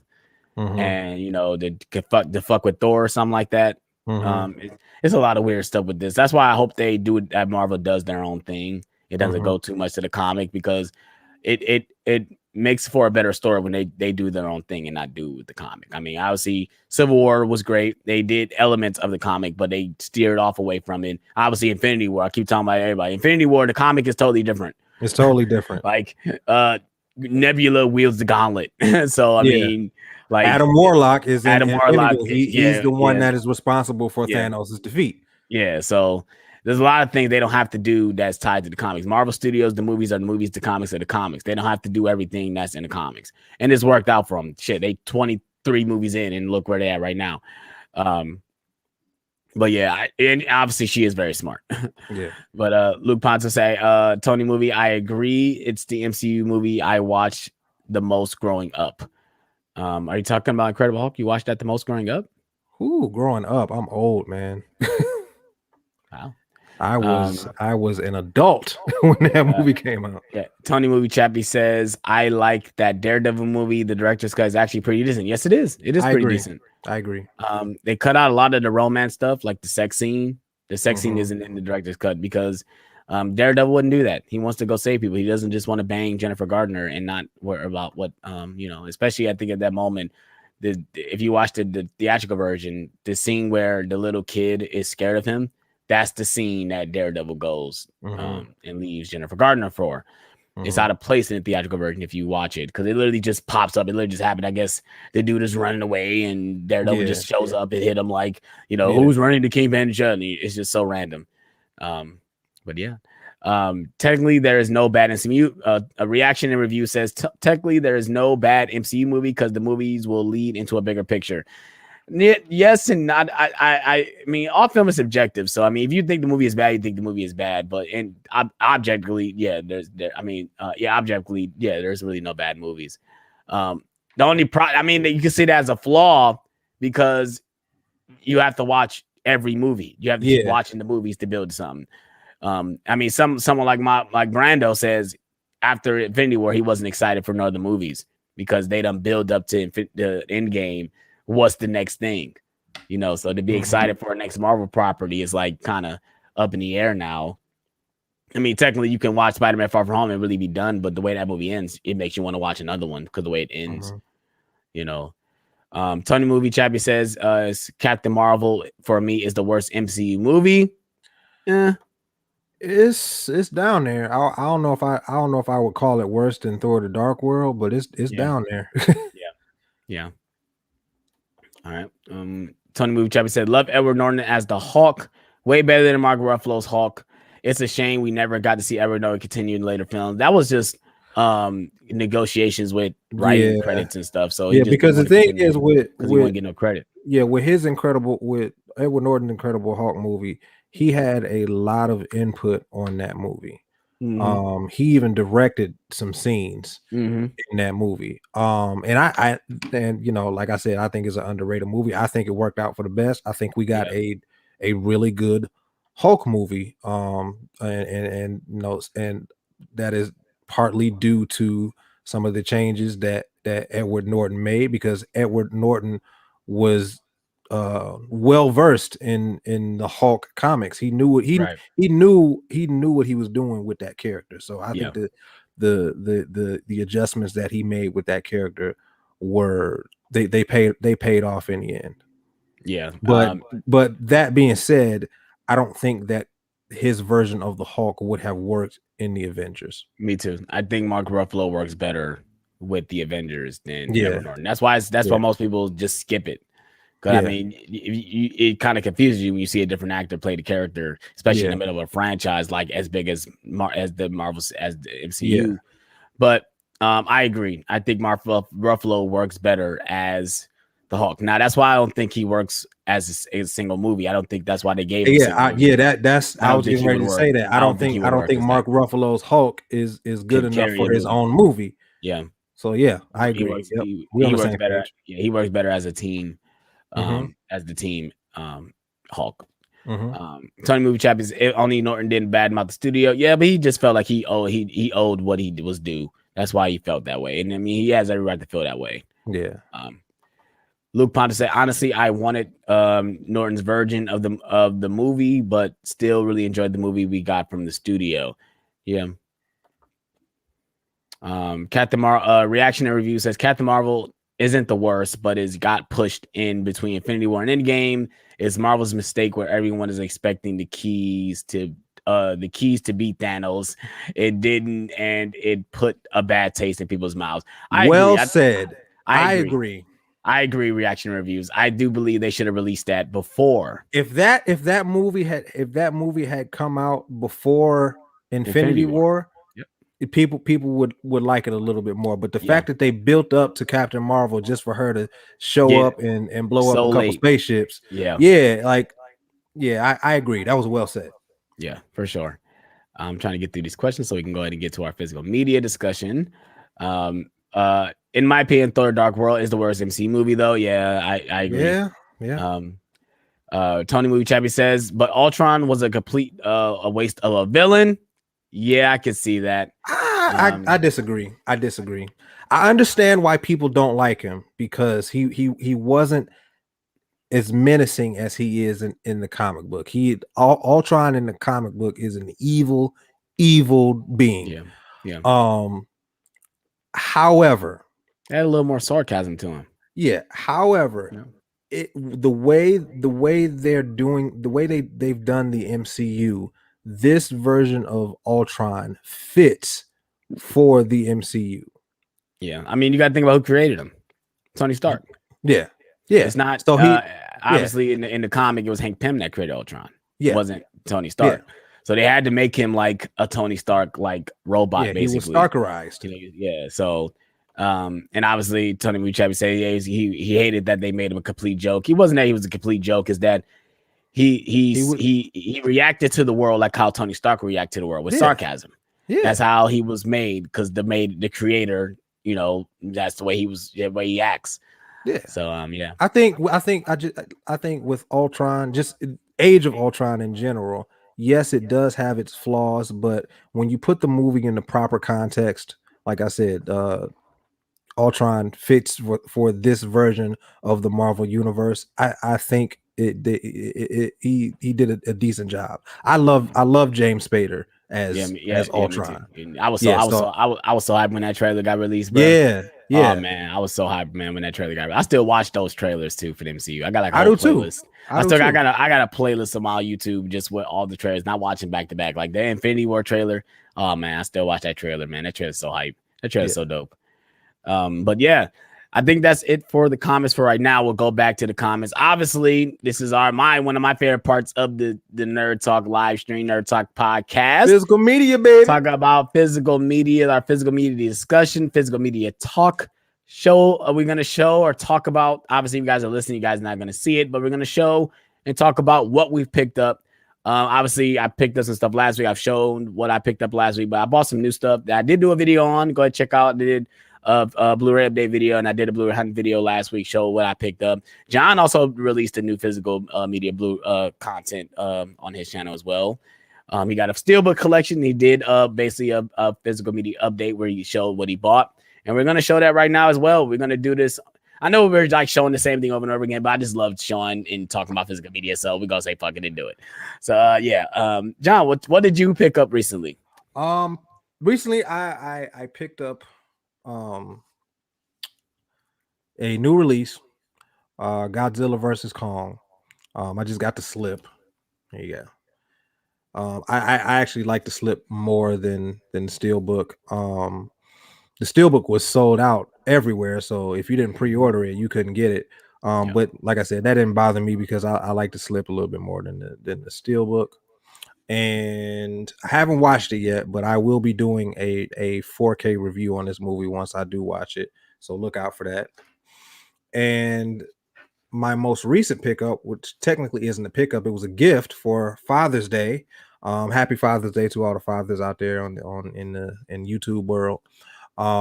But I have Transformers, the 5-movie 4K collection. Nice. My mom got this for me for Father's Day. Thanks, Mom. I appreciate that. I love you. Nice. I actually got her into these movies, so she really likes them as well. Nice. And the ironic thing about this is that I now have 2 copies of one of the worst movies I've ever seen. At least you got it in the best format, even though the on aspect ratio purpose, changes. because the Blu-ray for Transformers: The Last Knight is a steelbook, and it is a very, very good steelbook. So I can't give that up. So yeah, I definitely have. Did your mom get that from Amazon? Yes. You know how much you paid for it? $50. 50? Okay, it's been that price for a while. Okay, I was wondering if it went down. I might buy that. That might be a Black Friday pickup too. I want to get those. It's actually it's cheapest on Amazon because I was gonna get it from Best Buy and it was like $2. 70. Yeah, it was $2 cheaper on Amazon. So okay. Yeah. But but that only comes with the 4K, doesn't it? Though, does it come with Blu-rays? It comes with the Blu-rays. It come with both. Wait, let me see. No, you know what? It cut the. It come with just the special features. Yeah, the special features come on the Blu-ray. Let me see. Show the case again. Oh, so you do this get is but the Blu-ray is the special features though. So it's not the movie? It's not the movie. What? So the 4K is the feature film. The Blu-ray is the special features. It's not the movie? Are you sure? I don't think so. No. It just says special features. Disc 2 special features for the first one. Revenge of the Fallen special features. Wow.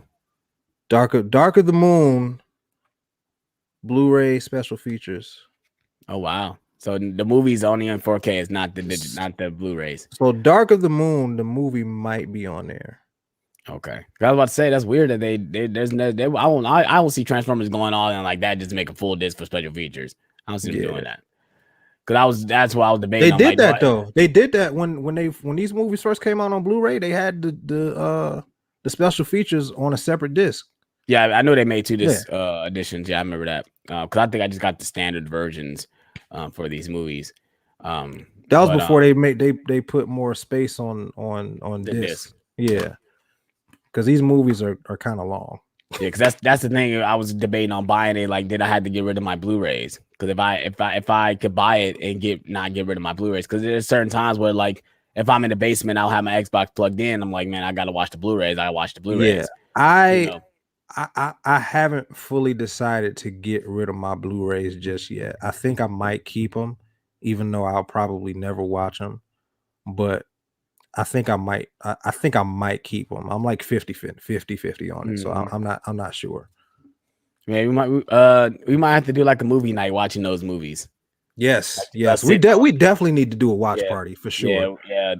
Let me know in the chat if you guys want to see that. Us doing a watch party, basically just us on here on live, and we all watching movies together. You know, we tell you what movie we're watching, and you can watch it with us, or after it's done, you can watch it that way as well. And we'll just sit here and talk about the movie. I mean, if it's good or bad. I mean, I would love to sit here and watch Batman and Robin with you and just dog the movie. Like, just sit here and just, if you want to drink on camera, fuck it, you can drink while watching this movie. You know, you want to drink or you want to eat edible on camera and watch the movie. Go ahead, bro. Let's do it. But yeah, even audio wise, because obviously I think audio will probably be better too, so people don't have to worry about watching. They can listen to it. Reaction say he's down for it. Okay, cool. I mean, as long as the audience is down for it, me and John is in for it. Maybe we could do like a special nerd talk thing where we just do it like as a separate thing during the week instead of on Sundays. Yeah, special edition nerd talk. Because that's something we'll obviously do. We'll make it as long as the movie, and then we'll put it out. And John will probably take the file, make the audio version, and put it up. You could put it up on the podcast too. Yeah.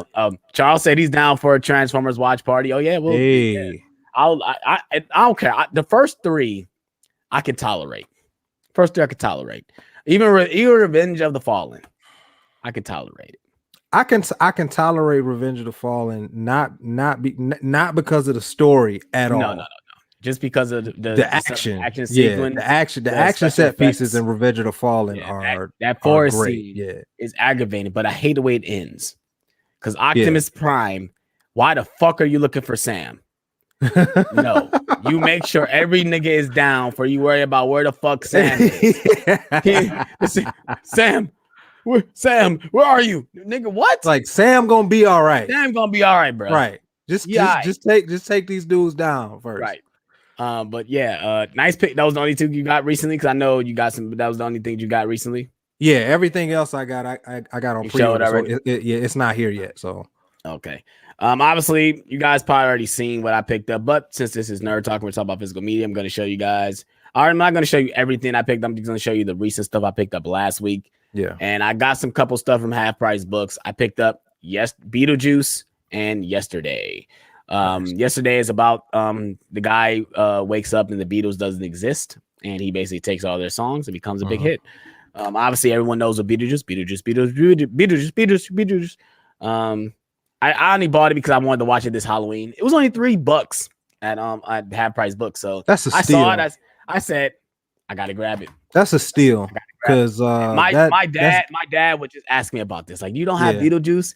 I think it comes with digital code. Let's see if it works. It's ultra violent though. It might not work.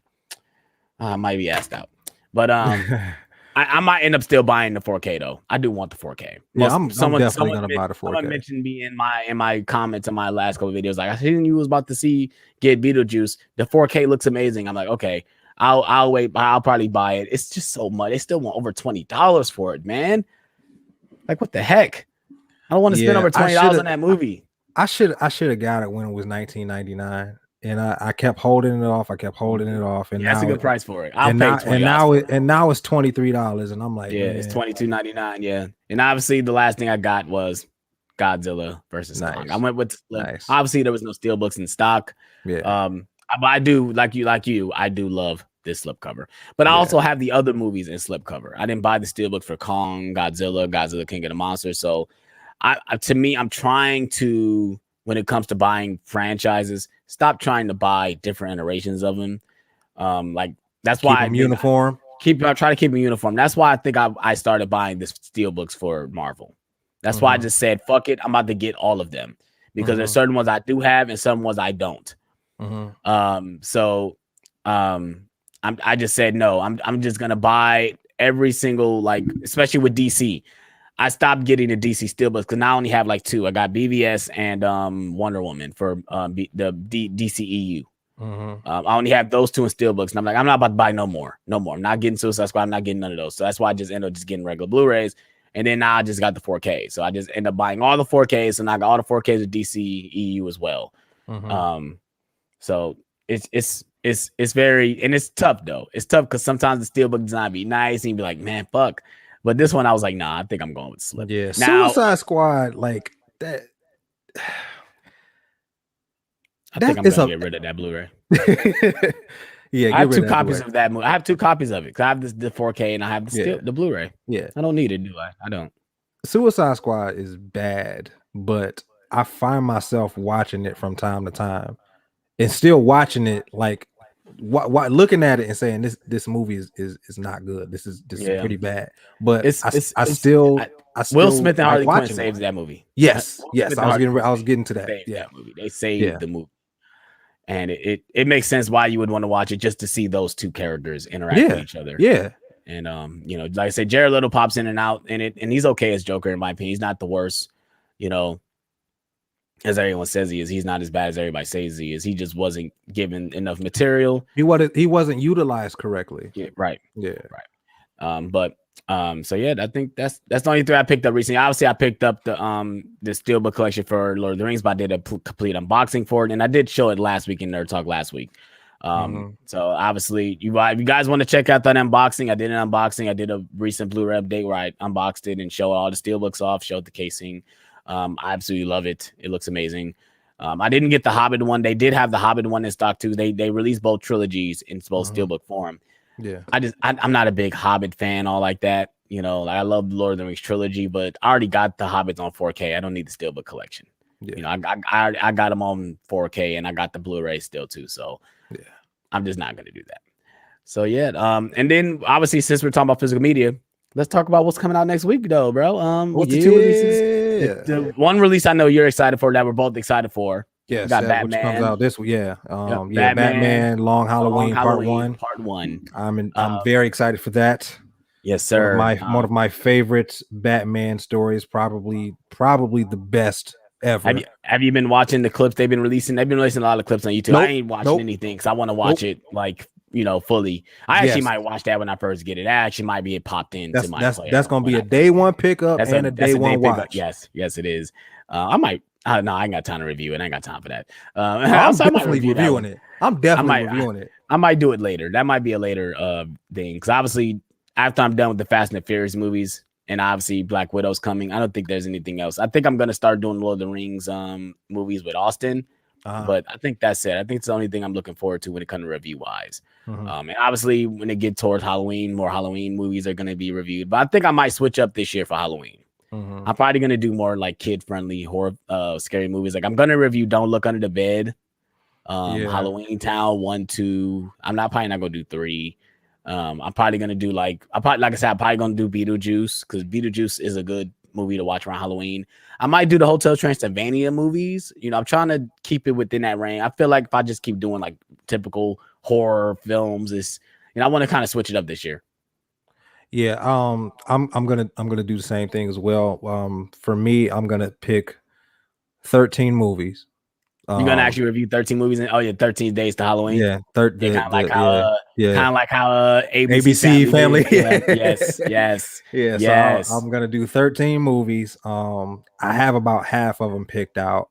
Are you gonna switch it up, or are you gonna just do straight horror films? You talking about like between like family, and I'm gonna switch it up. Yeah. Okay. So I'll probably do 7 traditional horror films and then 6 family friendly horror films. Hocus Pocus will definitely be one of them. Yep. That's on my list as well. Hocus Pocus. Some of the Scooby-Doo movies. I might do Witches, Ghosts, and Zombie Island. I might review those. So just be aware. I mean, if you guys are looking forward to that, let me know. Because I'm excited to do it. But yeah, obviously Batman Long Halloween comes out, and then Nobody comes out. Nobody comes out as well. I will probably be buying that as well. That will definitely that'll probably be a Black Friday pickup for me. I think I'm just gonna pick it up just because I heard really good things about it, and I wanted to watch it when it first came out, and I never checked it out, and I really want to watch it. So that actually might be something I might watch like day 1, 2. Like I might do like a double feature and just watch Nobody and Batman Long Halloween on the same day. But yeah, let's go ahead and jump into the chat real quick before we get into the end, because I know you probably got some giveaways. We're probably gonna do the exact same way we did the giveaways last week. That seems to be the easier way to do it. Just whoever comments first, you get it. Well, not even that. I mean, yeah, just if you're in the chat, just if you want it, just DM you. Because everyone that DM'd you for the codes, right? You was able to get rid of all the codes. I got rid of all the ones that I mentioned. I gave away. Yeah. Cool. All right, we got Charles Rollins in the building. He says, "What do you think Black Widow, Shang-Chi, and Spider-Man No Way Home will tie into?"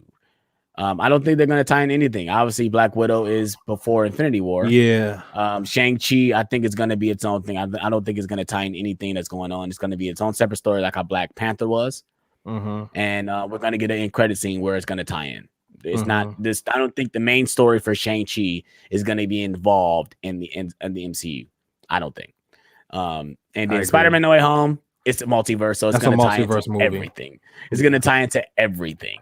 So we'll see how it goes. And like I said, I do believe that I know it's speculation, but I do believe that Tobey Maguire and Andrew Garfield in this movie. I just think Sony got them under the wrap. Like, you could say that you're not in it. So go ahead and say you're not in it. Yeah. But when we release it, you better promote the fuck out of this bitch. So that's how I believe. Because for me, it's like that's why Infinity War and Endgame work so well. That's why they are as big as they are, because no spoilers, not that much publicity for those trailers. We can say that for Infinity War, but for Endgame, everybody knew going in it was a time travel movie. But I mean, not even that. We knew it was a time travel story. But I'm just talking about the way everything played out. Like, yeah. We knew they were going into time to fix everything, but how they were going to do it, exactly where they was going to go. Right. And obviously the third act, we didn't see that coming. So, that's the one thing I'm talking about. Like, that was not spoiled at all. There was obviously in certain trailers we seen certain clips at the end, but we didn't know exactly what was going on. Next we got Sean Johnson saying, "Nope, Thor: The Dark World was awesome. You have to understand it." not saying you have to understand it. And I think that the later stuff, like obviously Loki and like Avengers Endgame, kind of made them more relevant than what it really is. It's not. It's just that it's not really that much of a good story. And the villain is weak. It's pedestrian. That's what it is. It's very mediocre. It's not bad at all. It's just forgettable. Yeah, I agree. Let's see. Who do we have next? Reaction. I was saying he was down for the watch party. He said he was down for the watch party. Yes. He said it'd be awesome. I think he's talking about the Fast and Furious franchise. Saying he said it would be awesome if you guys can for a watch party. What you don't like, whatever you want, y'all do Fast and Furious series. Yeah, we'll definitely do it. We can do the Fast and Furious series as well. I enjoy watching all those movies. I'm obviously, if you're subscribed to my channel, you know I'm doing the reviews on all of them. So I'm definitely enjoying them as much. Even Fast 8.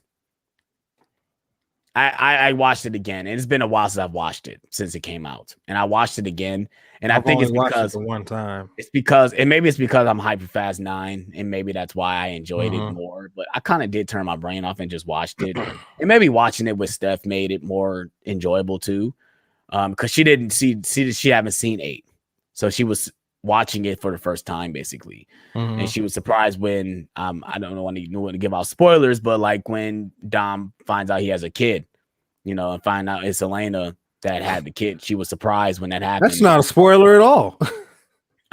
Spoiler alert. If you guys haven't seen Fate of Furious, if you guys even care about that stuff, but I'll definitely be down to do all that. Obviously, we just gotta figure out a schedule when we can do what. Obviously, we both have lives and families, just as we don't get paid for this stuff, so we're just doing this for fun. So, but doing it will definitely be funny. I mean, we sit here and talk on the phone and watch movies at the same time anyway. So why not do it on YouTube?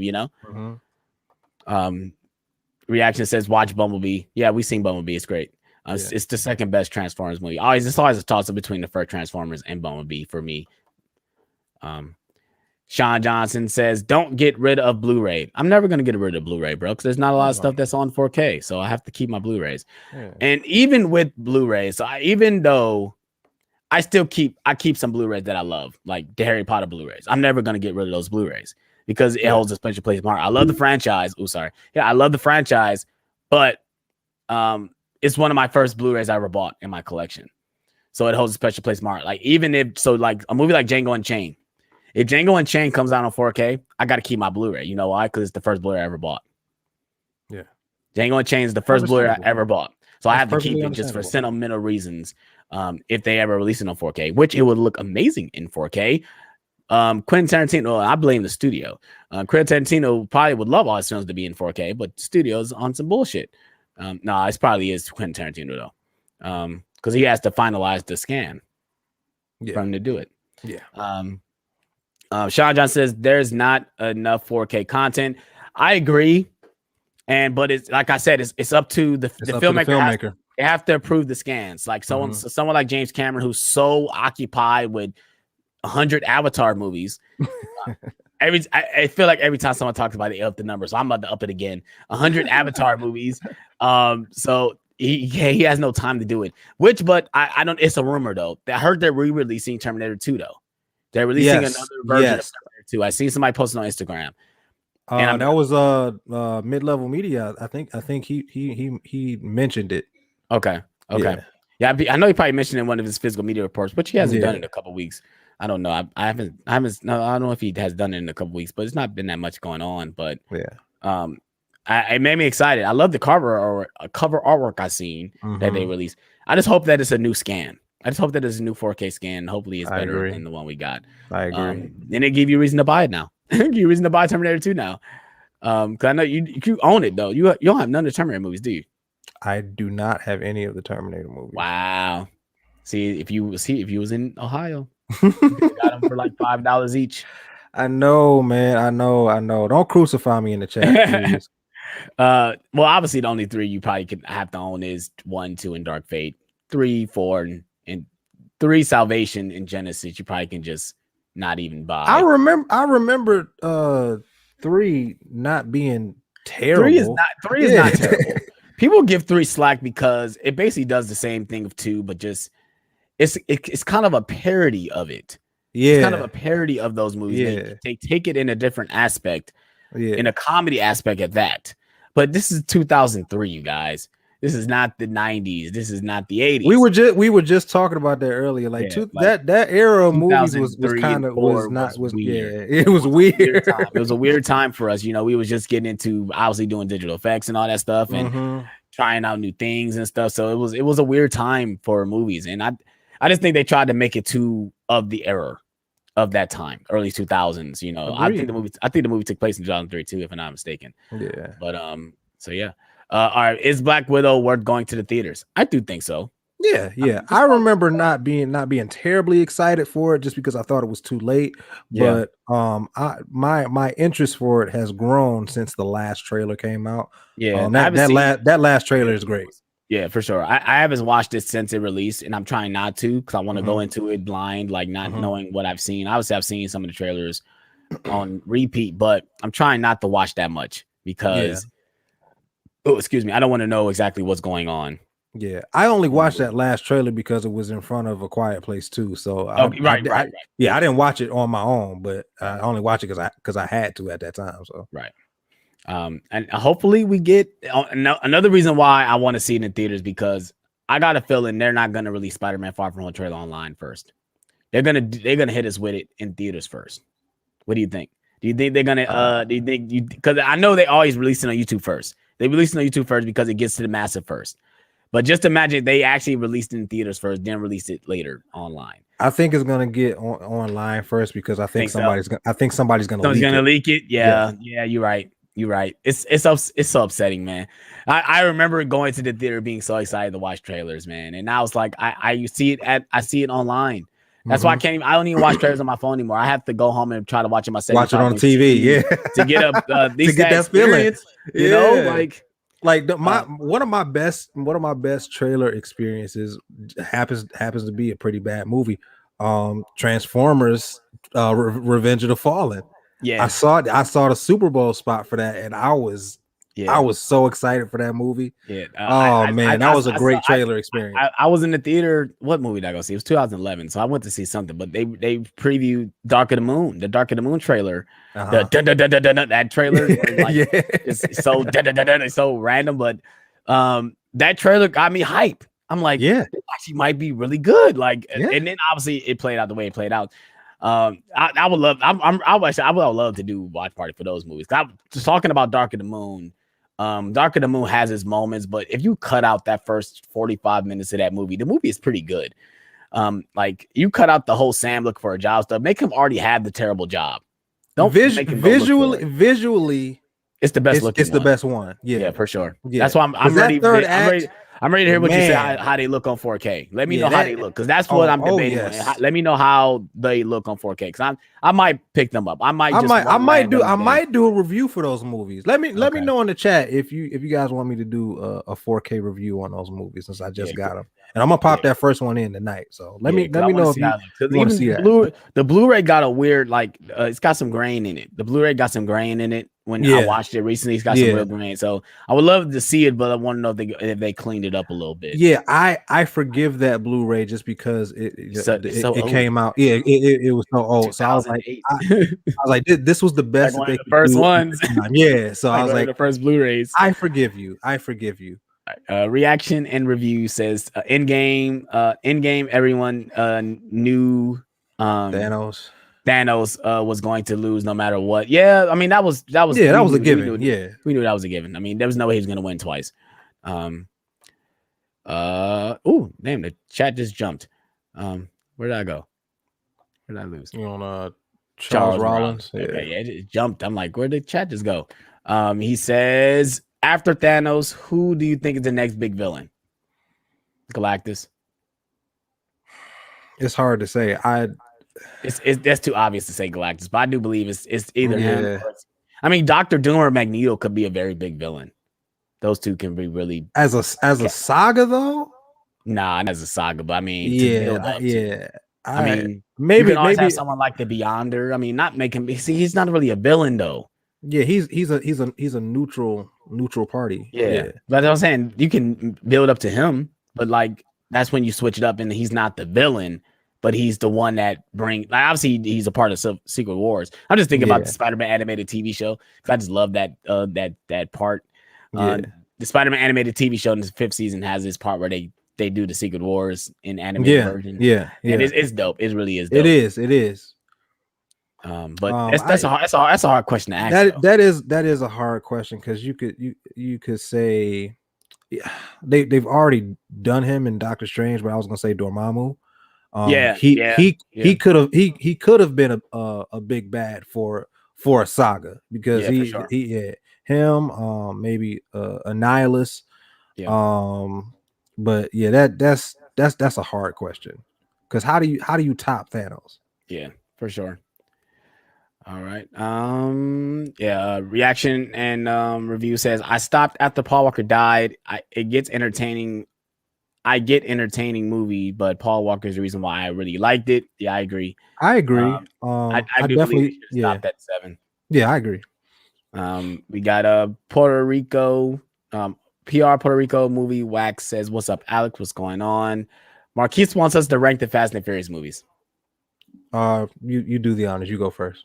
Okay, we're gonna go number 1, Fast 5. I'm going for 1 to. You going from best to worst? Best to worst. Okay, I'm gonna go from worst to best. Okay, so best, I'm gonna go Fast 5, Fast 7, Fast 6, Fast and Furious 1, the Fast and the Furious, Fast and Furious, Faded Furious. I need a piece of paper. Tokyo Drift, Too Fast, Too Furious. I'm not gonna count Hobbs and Shaw because that's a separate thing. Okay, so I won't count Hobbs and Shaw. Was yours objectively or subjectively? Both. Because that both. All right. Let's see. Let's see. I'm gonna do worst to best. So Tokyo Drift. Yeah, Tokyo Drift. Too Fast, Too Furious. No, I take that back. Tokyo Drift, Fate of the Furious, Too Fast, Too Furious.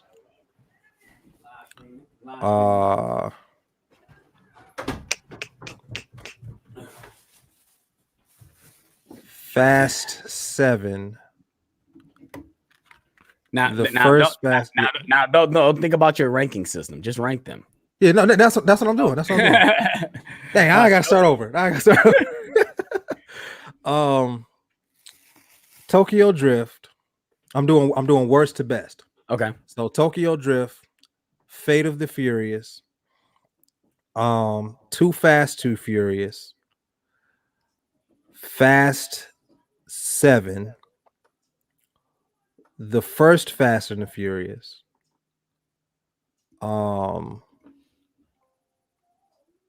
Fast and Furious, Fast 6, Fast 5. Okay. Yeah. Yeah. It's always a toss up between, like, obviously Fast 5 is the best one, but the second best. It's always a toss up between 7 and 6. I think because I just watched 7, it bumped it up a little bit. But I think if 7 is cool, but it's a little. It's a little over the top, isn't it? Yeah, I was about to say it seems crazy to say for a Fast and Furious movie because they're all over the top. But this 7 is a bit much. Like Steph pointed out, like it's a lot of action, a lot of stunts, a lot. It's like literally a lot. It's a lot. Because if you want nonstop action, watch 7. 8 isn't like that. 8 isn't. No, I mean, they do some over the top stuff. Obviously, the self-driving cars is the most biggest sequence, and obviously the submarine scene. But I mean, this one they really do a lot in that movie. Yeah, if you want nonstop action, watch 7. Yes, if you want substance, watch 1, 4, and 5. Yeah. Yep. So Puerto Rico says, I like Fast and Furious Part 1 and 2. I got the steelbooks. Okay, nice. I almost bought the steelbook for Part 1 or for Fast and Furious. The Fast and Furious, I almost bought it. Yeah, the 4K steelbook.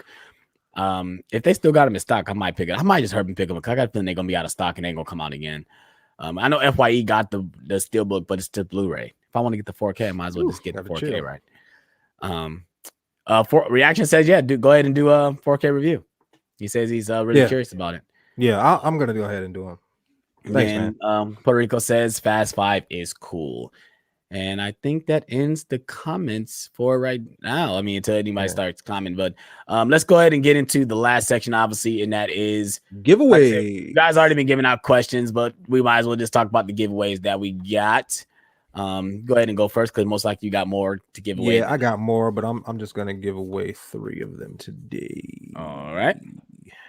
You guys know the rules. If you guys are in the chat, you can most likely win these codes. If you're still with us this whole time, you can win these codes. So go ahead and when he announces the codes, just announce if you want it. Then DM my boy John. His Instagram is on the little banner at the bottom of the screen at SmoothJStew.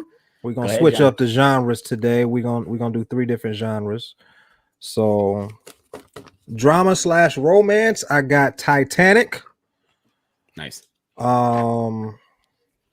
Psychological horror, I got Stephen King's Dr. Sleep. Nice. And family fantasy, I got Hook. Nice. So Titanic, Dr. Sleep, and Hook. Let me know if you want these any of these codes. 1 code per person. Yeah, just DM me on Instagram. Looks like I might have somebody already. Yep, I got somebody already. Nice. So yeah. So let me know if you want these codes. Like I said, 1 code per person. Titanic, Dr. Sleep, and Hook. All right. I'm only giving away 1 code today, and that is Psycho. I'm giving away the Psycho digital code. Because obviously you guys already know I bought the steelbook. But obviously I have the slipcover as well. But I got the digital code from that one. I don't need this digital code anymore. So I'm going to just give away this digital copy. I'm not giving away the actual disc, but I'm giving away the digital copy. So yeah, if you guys want that, just go ahead and DM me at Marty__McFly21. And, let me know if you want this code and I'll send it to you. Yeah. Dr. Sleep is gone.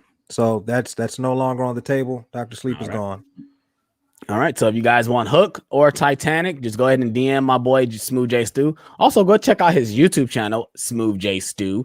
He's been doing some great reviews over there. He still continued doing MCU reviews for Stu Reviews. He's started uploading some physical media content. He just released a Steelbook collection. They just uploaded his first physical media update video. So go ahead and check out his channel. I would really appreciate it. I'm trying to get up to 100 subscribers, but at least by the end of the year, that would be nice. As well. So I'll be doing my physical media videos on Tuesdays. So that makes sense. It's Tuesday Blues Day. Blues Day. Yeah. So that's what we call it. So it makes sense. We got Puerto Rico asking a question. He says, "What is your favorite horror movies?" Well, just say, you don't have to say, you can just pick one. You don't have to pick several, but I'll pick 3. OG Amityville, The Conjuring, and It Chapter 1. Okay, yeah, that's 3 very random movies, but it's not random, but it obviously from different eras. But it's hard for me because I can't think when I think about just one. I think about franchise. So like I already knew.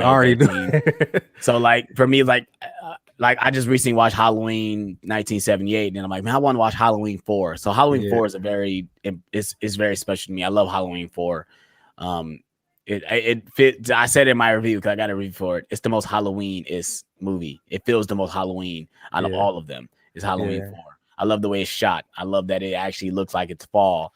But if you want to talk about actually objectively, obviously The Conjuring, Insidious, the first Saw film. I love the first Saw film. And then obviously you want to go back. That on 4K too. Yeah, you want to go back. I love the first Nightmare on Elm Street, Friday 13th Part 4, Friday 13th Part 6, Halloween. Like I said, Halloween 1978 is probably my favorite, next to probably The Thing and Nightmare 3. Nightmare on Elm Street 3 is amazing. Yeah. We need Scream Factory just needs to release those, or we just need some 4Ks of those movies. This is so aggravating. I don't get why we don't have newer releases for these movies. I know they released a steelbook for 1984 for Nightmare on Elm Street, the original, but why we don't have no 4Ks for these movies, and we don't have like Scream Factory just need to release a box set. Like if any horror movie needs a 4K, it's Nightmare on Elm Street. Yes, it does. The entire franchise. Yes, especially 3. I would love to watch 3 in 4K. Yeah. So yeah. We got reactions. Hit you up for Dr. Sleep, right? I guess so. I don't know. Yeah, he said already did. Thank you. Yeah, I figured that was him. Charles asking NBA finals question: who is making it to the NBA finals and who is winning? My team, OKC, is in rebuilding mode. They've been in rebuilding mode since a lot of people left. So yeah, their best bet was last year because they had Chris Paul, and now Chris Paul has gone to Phoenix and he's elevated them tremendously. Yeah. I'm picking Phoenix to win it all. I think I have to agree. I think Chris Paul wanted more. That young core is really they really very good. They're very good. Devin Booker has a shot. He is a monster. That is crazy. And I hate playing against him in 2K because if I leave him open, he's making it every time. Players like Devin Booker and Kyrie and Trae Young, they are Seth and Clay. I mean Seth and Steph. Yeah. They are the remnants of Kobe Bryant. They have that Mamba mentality, and like that Devin Booker is a cold-blooded killer when it comes to shooting. Cold-blooded. For sure. I think I have to go. I think I have to go with Phoenix Suns. I don't know because I think Milwaukee. They just don't have enough pieces. I don't think Giannis has to be that guy. I mean, obviously when he goes to the basket, but all they have to do is switch up the defense and make him shoot, and they got him because he doesn't have a jump shot. Yeah. So obviously he can get around people, but once they start locking him down, he can't get to the basket. He has to rely on his other guys to try to to move around the ball. They can't get shots. Chris Middleton needs to show up. He needs to show up because if he doesn't, I mean, it is what it is. You're not making it. And one of my friends, he actually made the point of maybe Milwaukee should try the triangle offense, and I think that would work with Giannis's play style because he can't shoot for sure. Yeah, for sure. So if you try the triangle offense and put the emphasis on the ball, that opens up other players. Yeah, for sure. Yeah, so at that the triangle offense would probably elevate Chris Middleton's game. Yeah, I agree. And obviously for that instance, at that era, they wasn't shooting the ball like they are now. Right. And like I said, the only shooters they really got to be Brook Lopez can shoot. Obviously, Chris Middleton can shoot. Drew Holiday can't shoot, but obviously the more emphasis is on Giannis. Once Giannis develop a jump shot, it's over with. It's over. He's gonna be unstoppable. It's over. I mean, once he develop a jump shot, and the crazy thing about he doesn't have to be proficient at it. If he just gets average, it's a wrap for the rest of the league. Yeah, for sure. All he got to do is shoot 45% from 12 feet and beyond. He's good. It's a wrap. For sure. Sean Johnson says they need to bring back Sean. I'm sure he's talking about Sean for Tokyo Drift. They actually is bringing him back in Fast 9. He's popped up in the trailer, so he's going to be in this movie. Obviously, if they bring it back Han, it would make sense for them to bring him back so they can have a little reunion. Because most likely when they brought back Lucas Black for Fate of the Furious, this dude looks so old. You talking about in Fury 7? Oh yeah, Fury 7. That's what I mean. He looks so old, and I'm like, I'm supposed to believe that this dude is in his 20s. This dude look 50. Yeah, for sure. But even back then, he didn't look like he was in his. He was probably in high school. He didn't look like he was in high school either. Look, he was much older. He was definitely in his 20s when he filmed that movie. And obviously, this is 10 years later when they filmed this movie when they filmed Fury 7. So it's so weird because they played the same scene. They didn't even redo the scene. They played the same scene for Tokyo Drift. and just cut it where it's like, okay, now we're filming the scene in Fate and Furious 7. Yeah. Yeah, they is bringing them back. They're bringing back him and the Asian guy that was in Tokyo Drift 2. One of the other Asian guys. They're bringing both of them back. And I think Bow Wow is going to pop up in it. I seen them in the trailer. I think they all pop up. I don't think they're going to have major roles, but they're going to be there.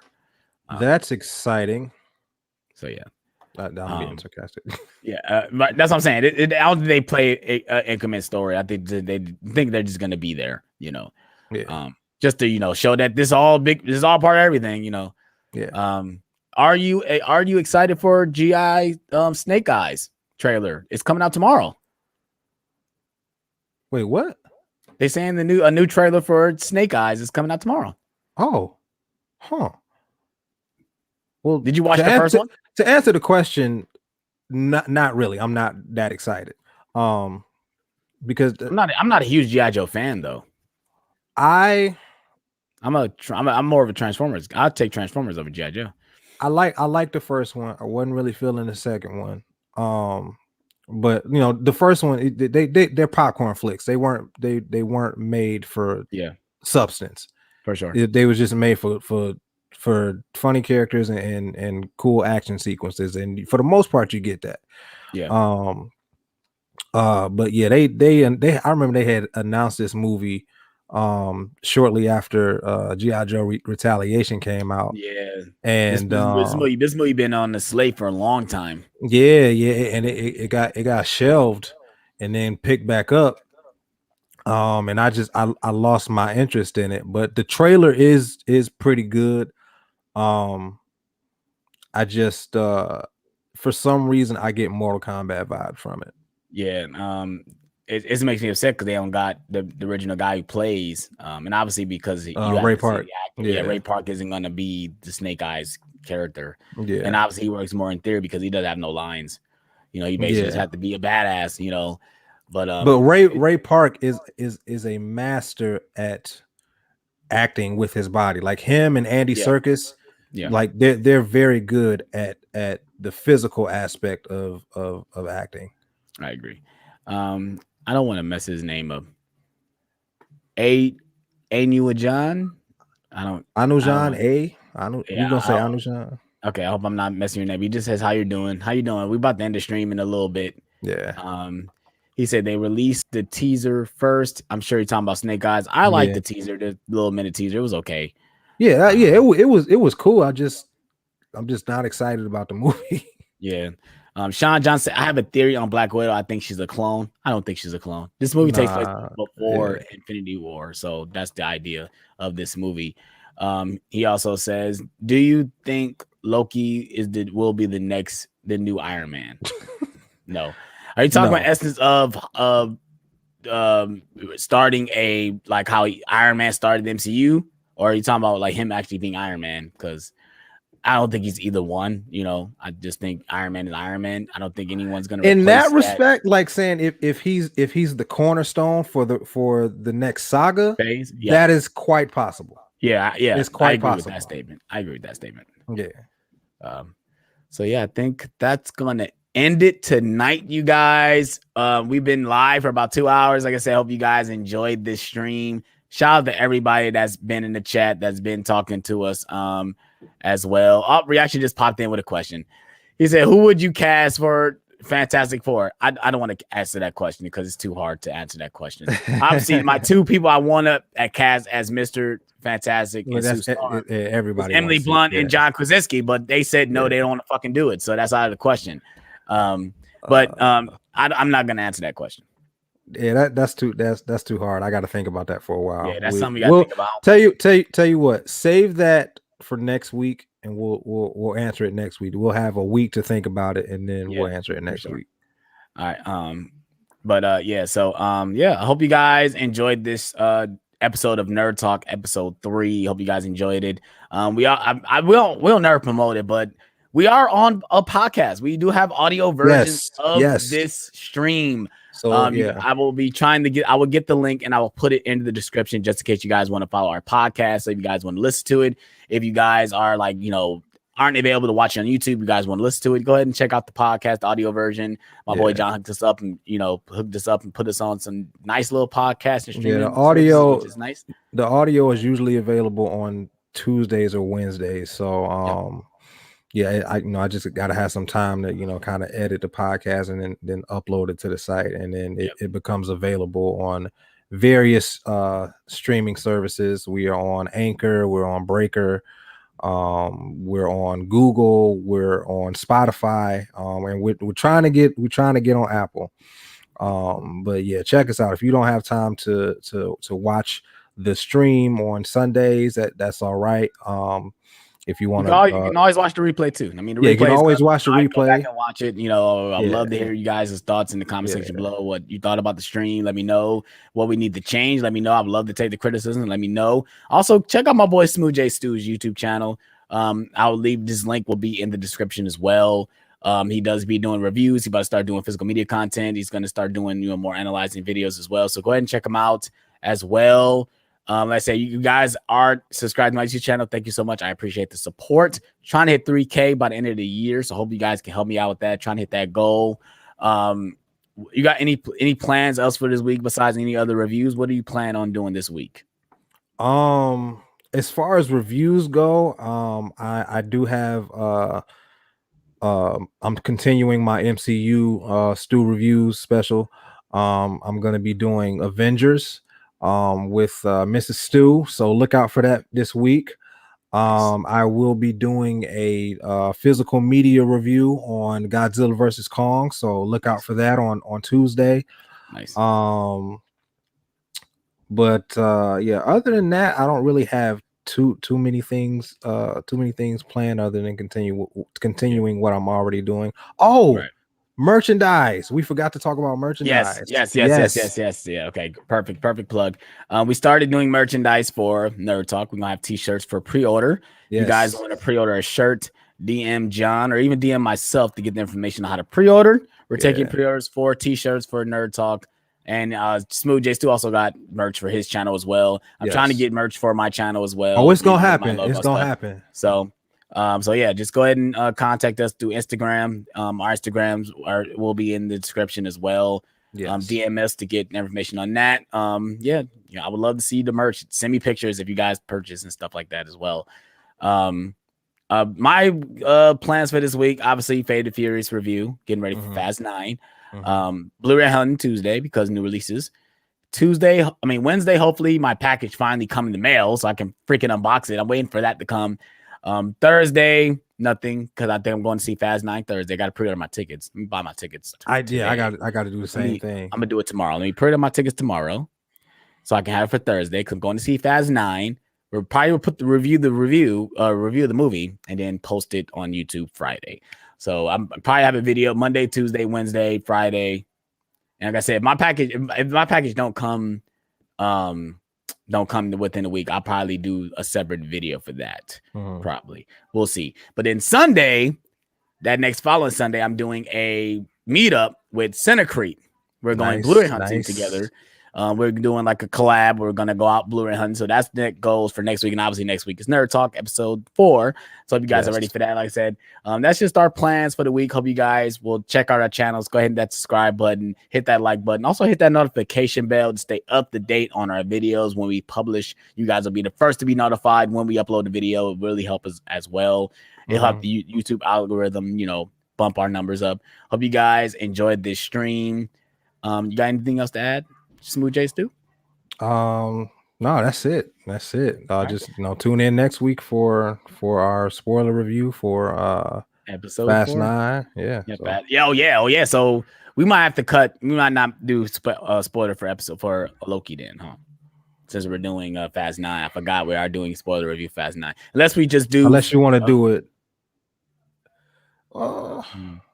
No, we might have to cancel that.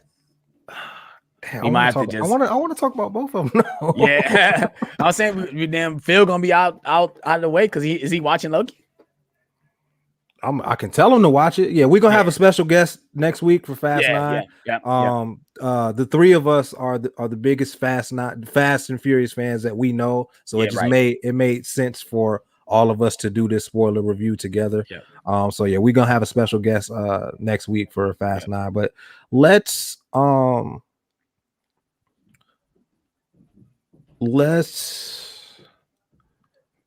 cut the Q&A short. Let's not do it as long as we normally do it. Yeah. Like I said, we'll do the same thing. We're gonna talk about quick stories. And then we'll do Loki. Yeah, we'll keep the quick stories to like 1 or 2 topics. Yep.